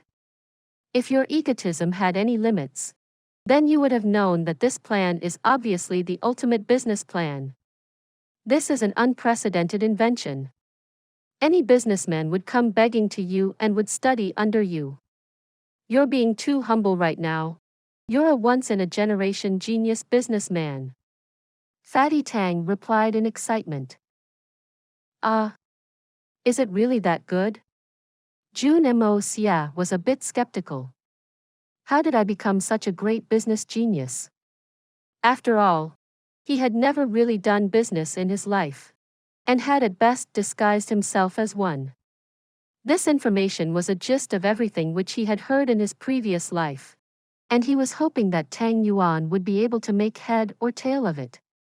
But he had never expected this kind of a reaction from Tang Yuan. Jun Moxie hadn't expected that his broken knowledge of business from his 2 lifetimes would receive this sort of a reaction. No knowledge is terrible, but bragging more than you know is ever worse. Tang Yuan took 2 deep breaths and then rolled over to show his backside. Even though turning over was quite painful for him, he endured the pain with a straight face. Third young master, quickly look at my ass and tell me if it's still bleeding. I feel like vomiting. Jun Moxie retched loudly, D***mn. You do know that I'm only keeping you here because you have nowhere else to go, right? Tang Yuan suddenly started to laugh in embarrassment. Do you know I can barely eat or drink these days? I'm surviving on medicine. Jun Moxie sternly looked at Tang Yuan and said, Fatty, do you seriously think that the idea will work? Trust me. This is definitely the gold mine for a businessman. The world will never see such a great business plan again. We just need to follow this business plan, modify it at best, and you and I will become the richest businessmen in the entire world. Tang Yuan seemed very sure. Third young master. As long as you have the goods, this Tang Yuan will open shops in every corner of the continent, and even the beasts from the Tianfa forest will come to shop with us if they have the money for it. That's good. Jun Moxie exhaled. You will manage everything on your own from here on. I mean it. You're responsible for all of it. The marketing, buying land, construction, jobs, shops, security, etc. Don't come looking for me. I really have no interest in any of this. Don't worry, I understand, and I won't bother you. We'll be rolling in mountains of gold and silver soon. Just you wait and watch. Tang Yuan seemed very confident of himself, while his eyes continued to stare at the paper in amazement. Then I'll go and get some sleep. And we'll talk later tomorrow. Jun Moxie started to leave. Get out of here then. And don't disturb me. I'm going to have some fun here. Tang Yuan waved almost as if he was waving a fly away, while his eyes still hadn't parted from the paper. Really? You disrespect me like that after calling me your teacher? You're one disobedient disciple. Jun Moxie mocked his friend, but didn't receive any response. Tang Yuan didn't even seem to be paying attention to his presence anymore. The hitman Jun bitterly left the room. Please subscribe to this channel so that we are more enthusiastic in providing the best video for you. Chapter 158. Hai Chen Feng. Although the training had been very agonizing, but Jun Moxie was pleasantly surprised to realize that his body's xian qi had seen a significant rise. In fact, he was even able to execute the yin-yang escape law with much more ease than before. But the most surprising thing which Jun Moxie was able to realize was, even though the Hongjun pagoda was very powerful, it wasn't very reliable. Therefore, Jun Moxie figured that he would have to rely on his own strength in crunch times. I cannot rely on external forces, so I must concentrate on increasing my own strength. Jun Moxie still hadn't prepared himself for the convention at the old Song's shop yet, which was scheduled to take place the following afternoon. Therefore, once Jun Moxie had restored his expended xian qi using the Hongjun pagoda, he went straight to the wine warehouse and started tinkering. Under the boundless curtains of darkness, Jun Wuyi emerged out of a big house with a mask concealing his face, while his robes were drenched in blood. A bunch of young boys and girls followed after him and towards their independence with hope and appreciation in their eyes. It shall not be assumed that the blood which stained his clothes belonged to him. This blood had splashed out of the bodies of countless experts who were involved in the trafficking of young children. The house in the background now housed several dismembered bodies. In fact, this was the third time that Jun Wuyi had visited this mansion. Jun Wuyi had finally learnt to agree with Jun Moxie's statement: some people ignore the law of the land and use it to shield their inhuman activities. Such people can only be exterminated from the face of the land. Sometimes, dealing violence with violence is the only right path. Independent of careful investigation and secretive tracking, no one would have ever imagined that such a rich and imposing house could be harboring such filthy criminals. The first time when Jun Wuyi had ventured into this mansion, he had entered with the intention to injure and not kill. And then he had sent an anonymous message to the city's patrol: arrest these people and bring them to justice under the eyes of the land's law. A day later he found out that these criminals had vanished from the prison. Jun Wuyi launched several inquiries and found out that these people were well connected and had managed to escape with help from officials, and were now seeking treatment in secrecy. Angered, Jun Wuyi had decided to rush into their place of hiding and had drenched the mansion's floor with blood. Jun Wuyi had already learnt from his experience: since the law doesn't sanction them a fair punishment, my sword will. I'll bring them to justice on behalf of the heavens. His frozen smile basked in the glorious moonlight for a while, and then a blue light flashed as he faded into the darkness again. In another corner of the city, a blue-robed man was sitting on the edge of his bed in silence. A black-clothed man was sitting in front of him, adorned in countless bandages. Brother, if there was any other way, then I wouldn't have asked you to travel all the way to the Tianxiang city. Brother, I'm in a lot of trouble, and I can't find a way out. Brother, if you don't help me, then my entire life's work will be over in front of my eyes.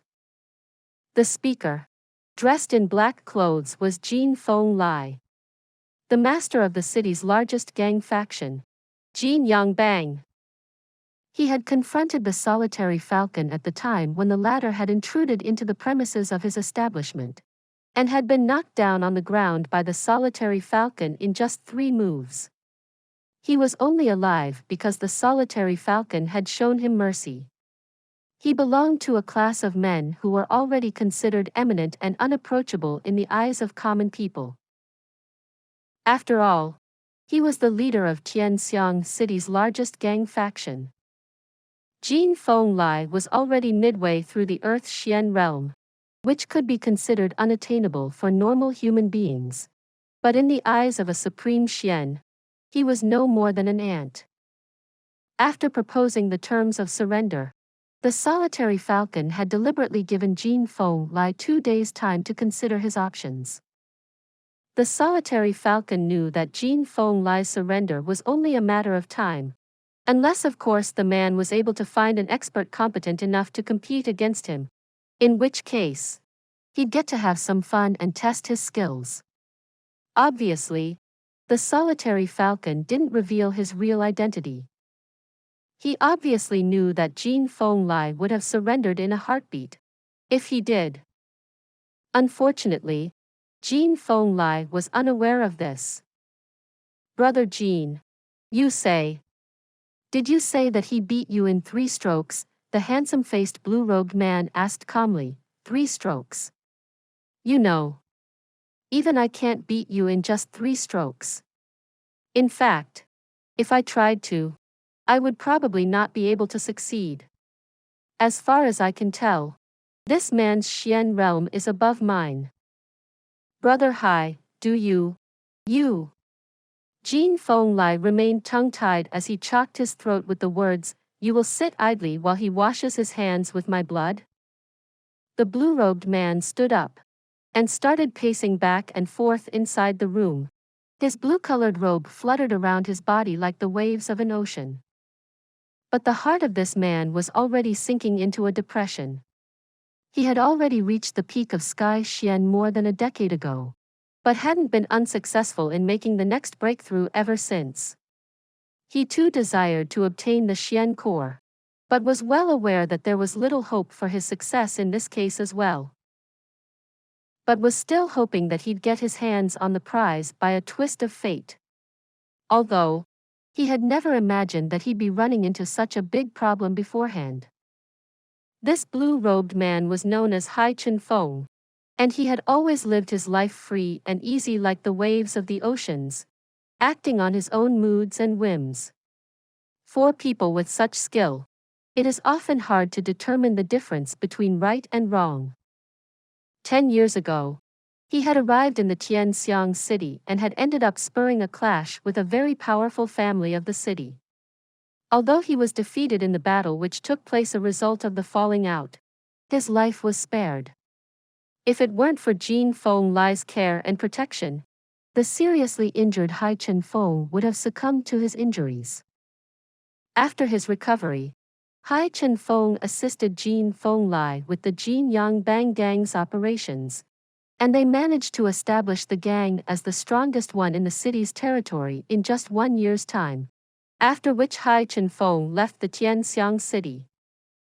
He had returned to the Tianxiang city with the hope of using the Jin Yang Bang Gang's network to procure the Xian core.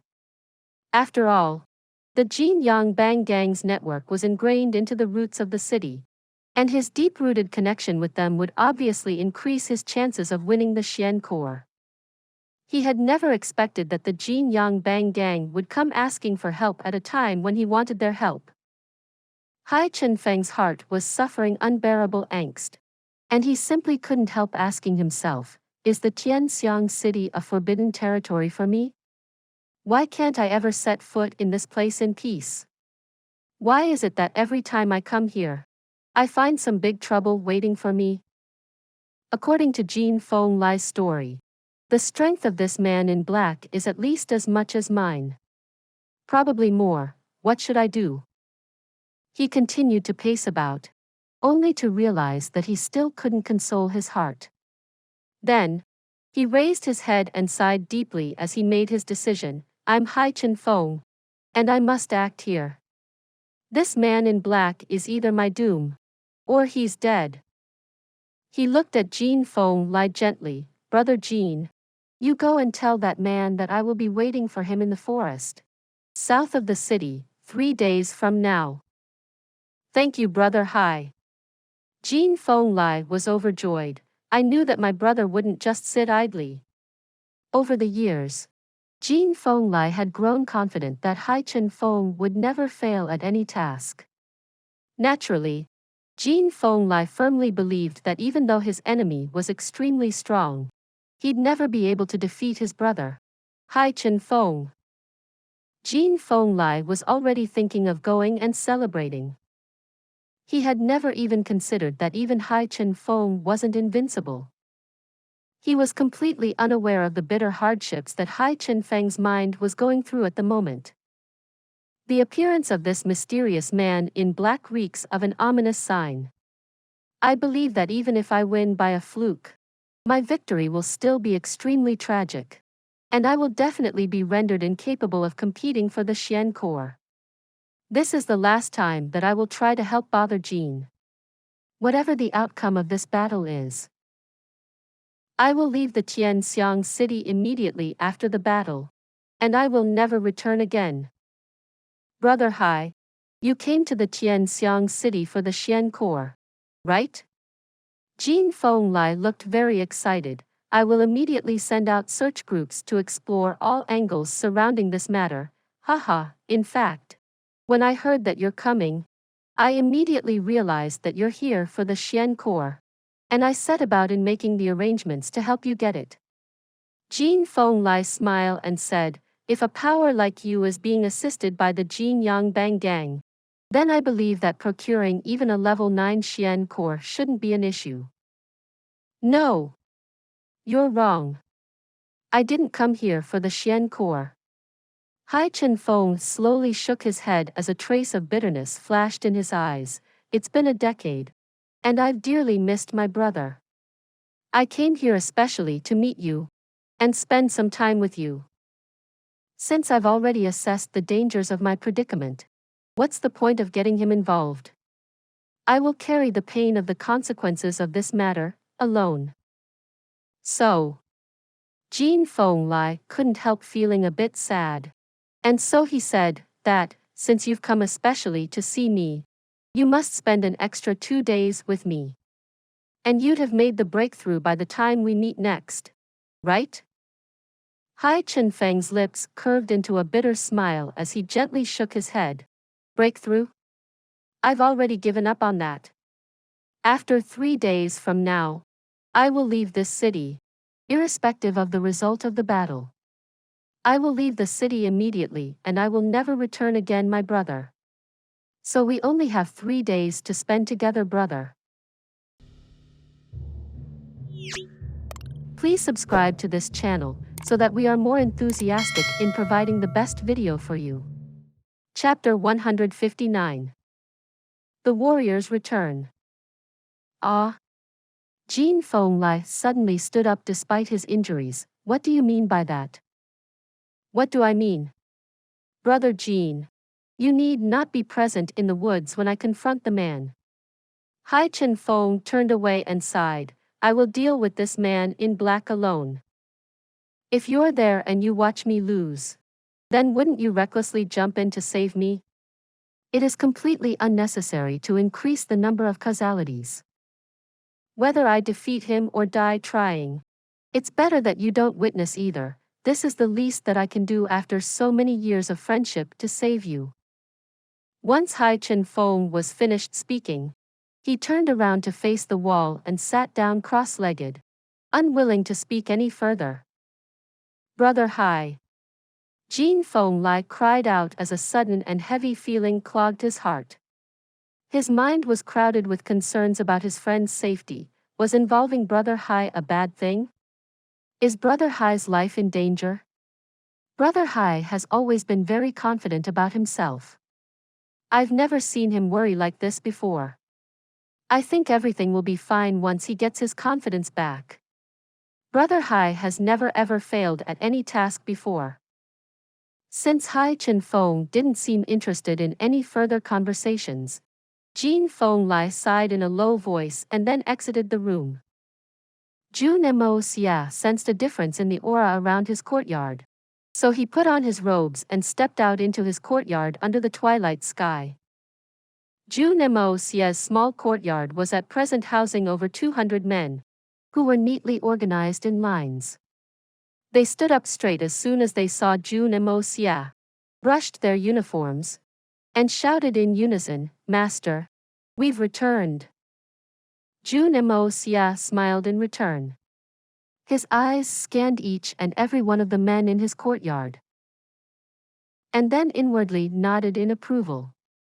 The incompetence of these men had been completely annihilated by the training they had undergone, and these originally useless soldiers had now turned into iron-blooded warriors with the bloodthirst of an unrestrained beast. "What's the report?" Jun Moxie asked with a smile. "The report, Master, is this. 27 men dropped out of the training. 19 lost their lives, making our total downsizing of 46, while the remaining 254 men stand here in front of you. 130 people broke into the 9th layer. 84 men advanced to the Silver Xian, while another 36 men advanced to the peak of the Silver Xian realm. A total of 4 men have already made it to the Gold Xian. Also, we hunted down all the beasts that we were required to." "Young master," one of the men stepped out from the ranks and debriefed Jun Moxie. The man's voice was clearly expressing his excitement. These people seemed very happy and proud of their progress. "Very good." Jun Moxie praised approvingly. "You all have done a lot better than I expected." "Can everyone feel that change in their bodies?" Jun Moxie's sentence left the entire lot laughing in embarrassment as they recalled their days in the forest, and the times when they didn't even have enough food to eat. Who could have ever imagined that they would return victorious? And the suicide training mission that their young master had sent them on would force out their skills. The strength of these men had more than doubled over the course of their training. Remember, you've only managed to achieve this result because you pushed yourself to the limits. Pushing oneself is the only way to tap into the infinite potential of the human body. Even cowards can become warriors.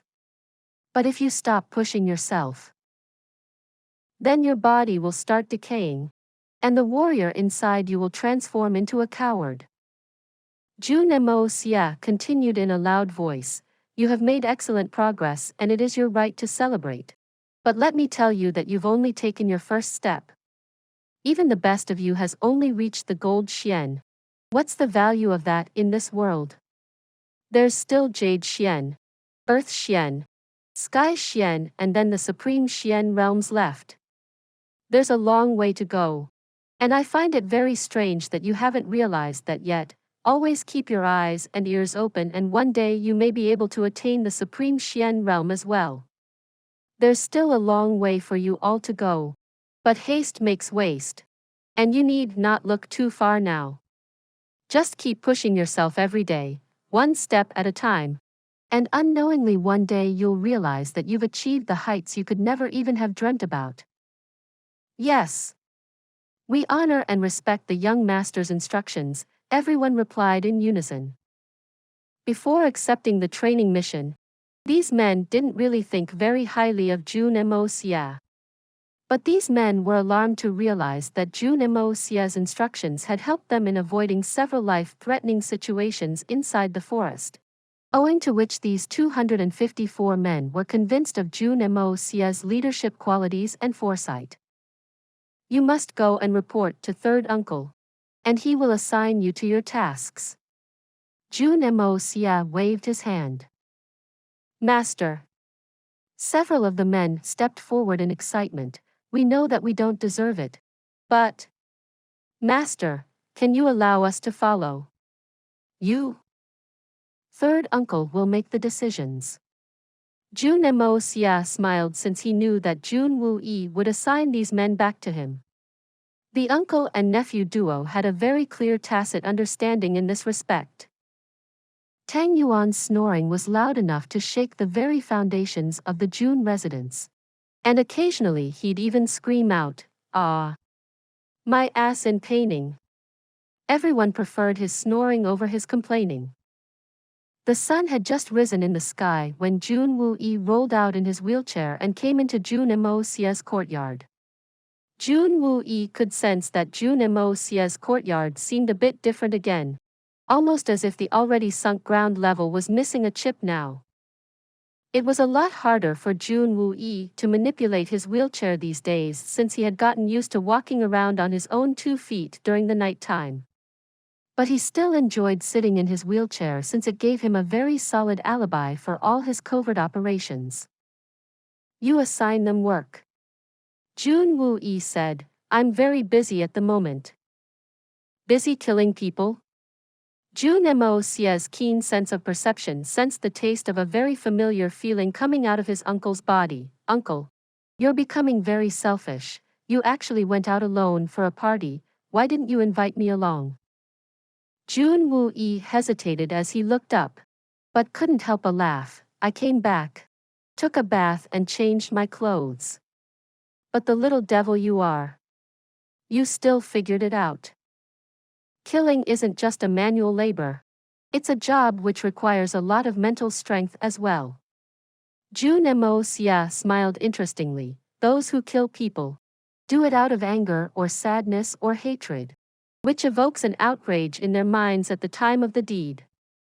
Therefore, once you've killed a person and dismembered their body, your mind also loses its focus and purpose.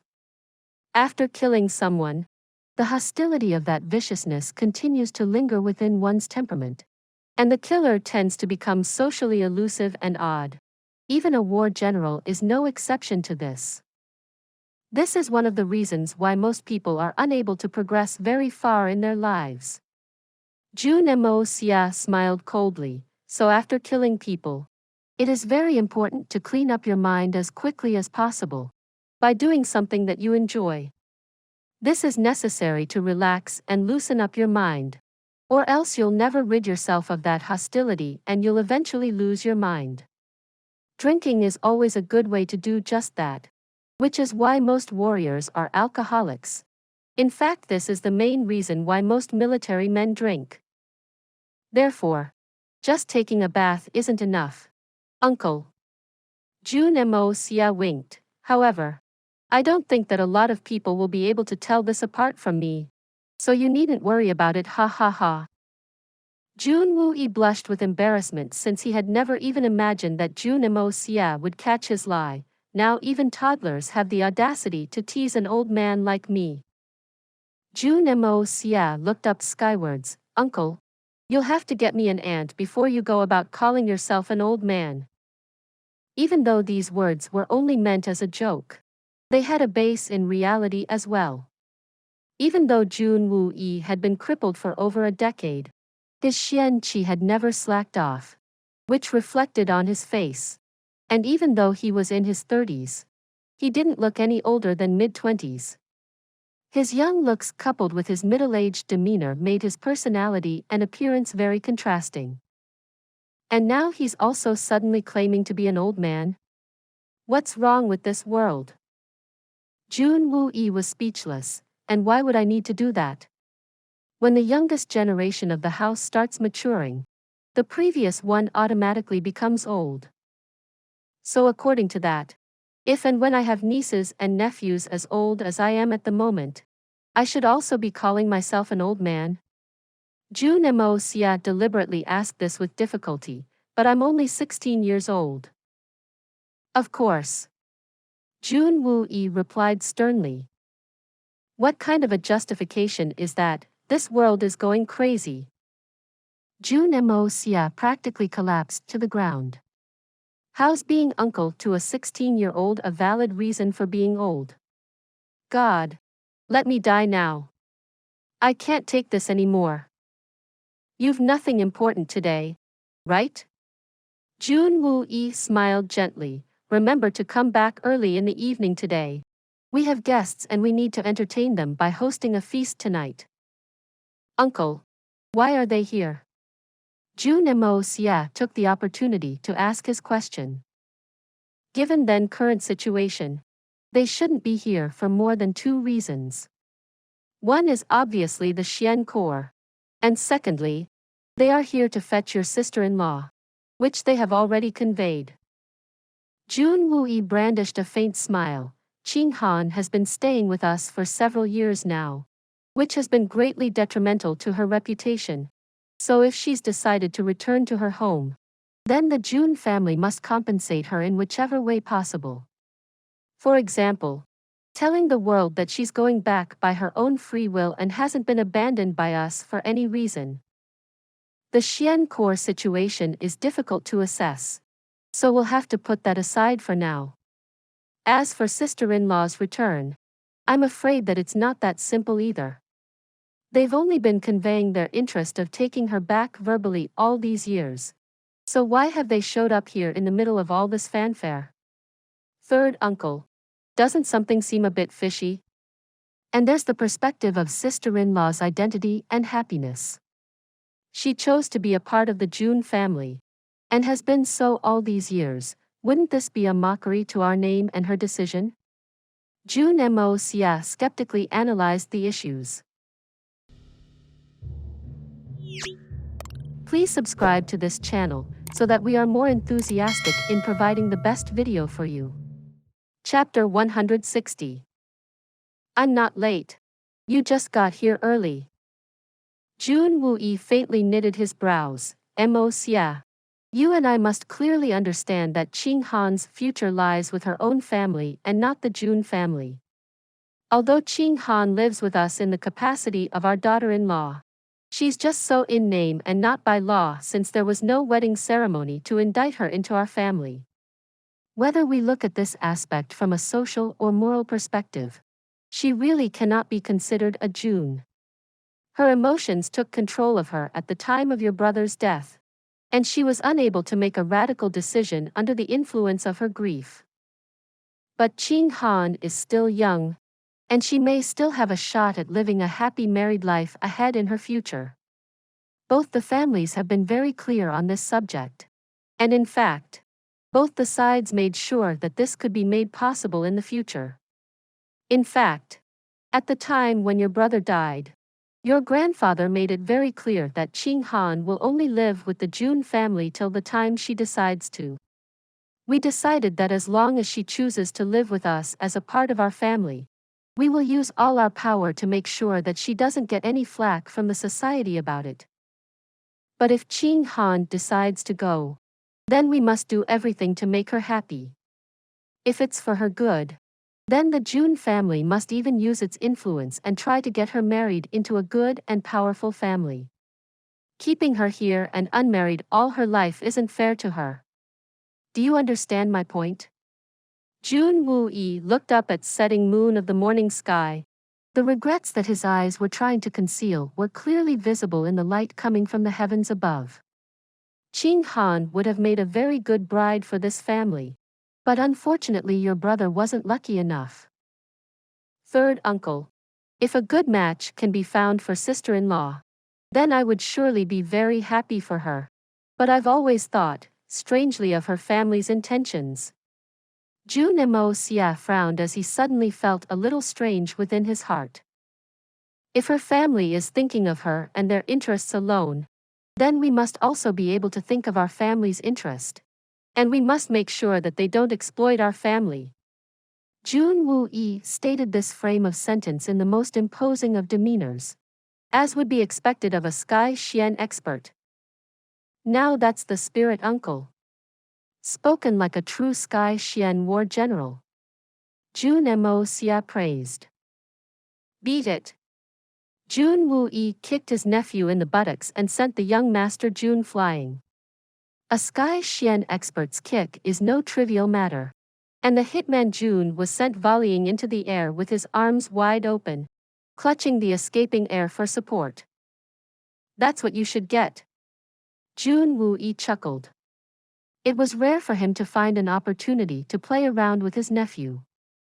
The young master Jun splendidly rolled in the air, and then safely landed on his buttocks. He slid forward for a while before he was able to get up again. Being a Sky Xian expert, Jun Wuyi was skilled and powerful enough to apply his force in the right spot, which sent him flying with actually hurting him in the process. Jun Moxie smiled evilly as he landed on the ground, almost as if he had just obtained a level 6 Xian core. As the afternoon hours approached, Jun Moxie started making preparations to depart for the contest's venue. Jun Moxie took out 2 jars of wine and boarded his most reluctant choice of ride, the red palanquin, which started wobbling its way to the Old Song's tavern soon after. Old Song was already waiting anxiously in his wine shop. Old Song had initially decided to close his shop after half a day's business today, but then changed his mind later and decided to keep his shop shut for the entire day instead. Therefore, he directly listed his shop as closed for the entire day since half a day's business didn't mean much to him anyway. Naturally, he decided to use the time to make his preparations for the contest. A wine contest was one of the rare and great joys of his life. It ignited the same kind of excitement and nervousness in his heart that a martial expert would feel before a duel with another. Although he was sure that the kid wouldn't be able to come up with a wine which would be 100 times better than his own, but his heart was still full of expectations. No one can ferment a better wine than me, but since the kid had boasted so much about his skills, I'm hoping that the kid would be able to come up with something worth looking forward to. The usually dirty pub was now spotlessly clean. There was a green carpet on the ground. The tables and chairs, which lacked an arm or a leg, had been replaced with good quality tables and freshly crafted rosewood chairs, which had been neatly arranged in files. The 24 tables with 2 chairs each made for a seating arrangement which was enough to seat about 48 people. The corners of each wall were adorned with large pearl-shaped pigeon eggs which were hanging down from the wall, exuding a soft and lustrous white light which was brilliantly reflecting the white wine glasses set on the tables. The magnificently decorated pub would give any customer a feeling similar to that of a heavenly reverie. The middle-aged man excitedly stepped into the pub and cried out in alarm and surprise, while his feet retreated a couple of steps as some doubts sprung up in his mind. Ah yes, this is the Old Song's pub. But how did this small pub suddenly become even cleaner and more luxurious than my palace? This usually dirty pub has now suddenly transformed into a heavenly paradise. I'm not inside a dream right now, am I? Old Song hurried over to greet the confused and amazed middle-aged man. Old Song, you're an odd character. You're taking this contest so seriously that even the emperor would think twice before coming here. Old Song obviously knew his real identity. Therefore he didn't really feel the need to hide much from the man. I can't comment on that, but even if wine is just another drink to most people, it's everything to me. I have a hunch that this contest is something that I've been waiting for a long time now. This might turn into one of the most precious moments of this Song Shang's life. Old Song stated solemnly. Song Shang? So you're Song Shang? The Song Shang. Send a wine before the kill, Song Shang. The prince was completely taken aback for a moment, and then immediately smiled. But why have you been hiding that from me all this time? Hiding or revealing, what difference does it make? Song Shang smiled bitterly. What's left to conceal after that black-clothed man exposed my Xian Qi? There was no way to hide here anymore. And if it wasn't for this wine contest today, then Old Song would have closed his shop a long time ago, and would have set out in search for a new place of refuge. According to the legend, Song Shang was quite the romantic, sophisticated, but also a bit weird. It is said that he used to send a jar of wine to his future victims before he came to murder them. Allegedly a gentleman, people say that he used to say, "You must gift a man a jar of wine before you visit him," but I don't know why someone like that would change. The surprised prince asked with a smile. Song Shang shook his head faintly as a thread of bitterness flashed across his eyes, but didn't say anything in reply. The prince naturally realized that old Song wasn't interested in talking about his past. Therefore, the prince gestured to the cute 10-year-old boy who was standing next to him, with the intention of introducing the boy to old Shang. Even though the boy seemed very graceful and fearless in front of complete strangers, his hands were secretly clutching onto the prince's clothes. "This is my boy." The prince stroked the boy's head affectionately. "Good ambience." A faint voice sounded behind them.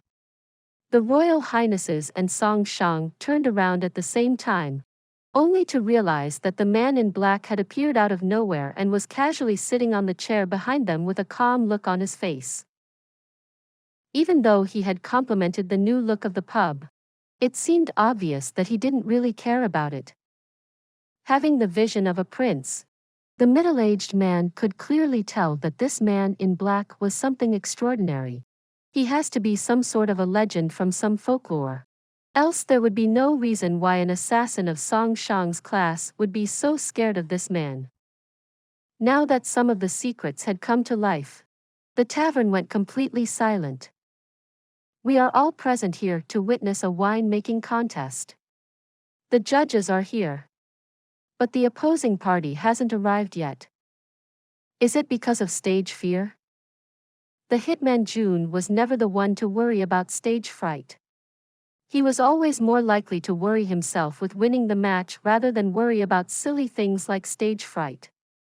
However, even the young master Jun had never anticipated that a small wine-making contest, which he had just jokingly made a bet on, would be dragging influential characters like a world-renowned expert, a Sky Xian expert, and some members of the royalty including a prince to witness the proceedings.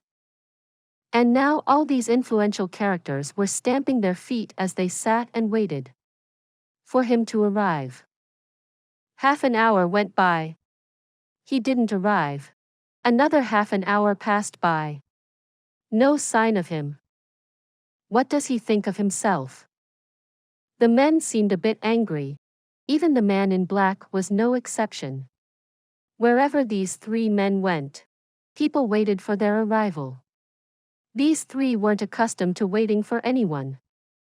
A long while later, the man in black raised his eyebrows, while old Song also moved his gaze in the entrance's direction almost simultaneously. However, the prince didn't realize why they did so until he heard a commotion on the other side of the allies' entrance. Jun Moxie's palanquin was slowly swaying its way through the ally, while an extra two men were leisurely walking in front of his palanquin with a jar of wine in their hands.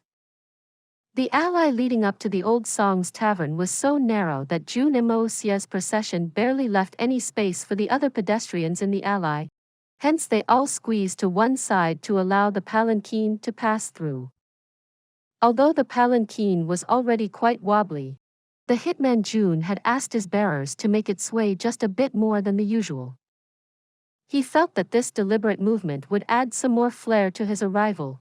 And well, he had been missing the roller coaster rides from his previous life for a while now.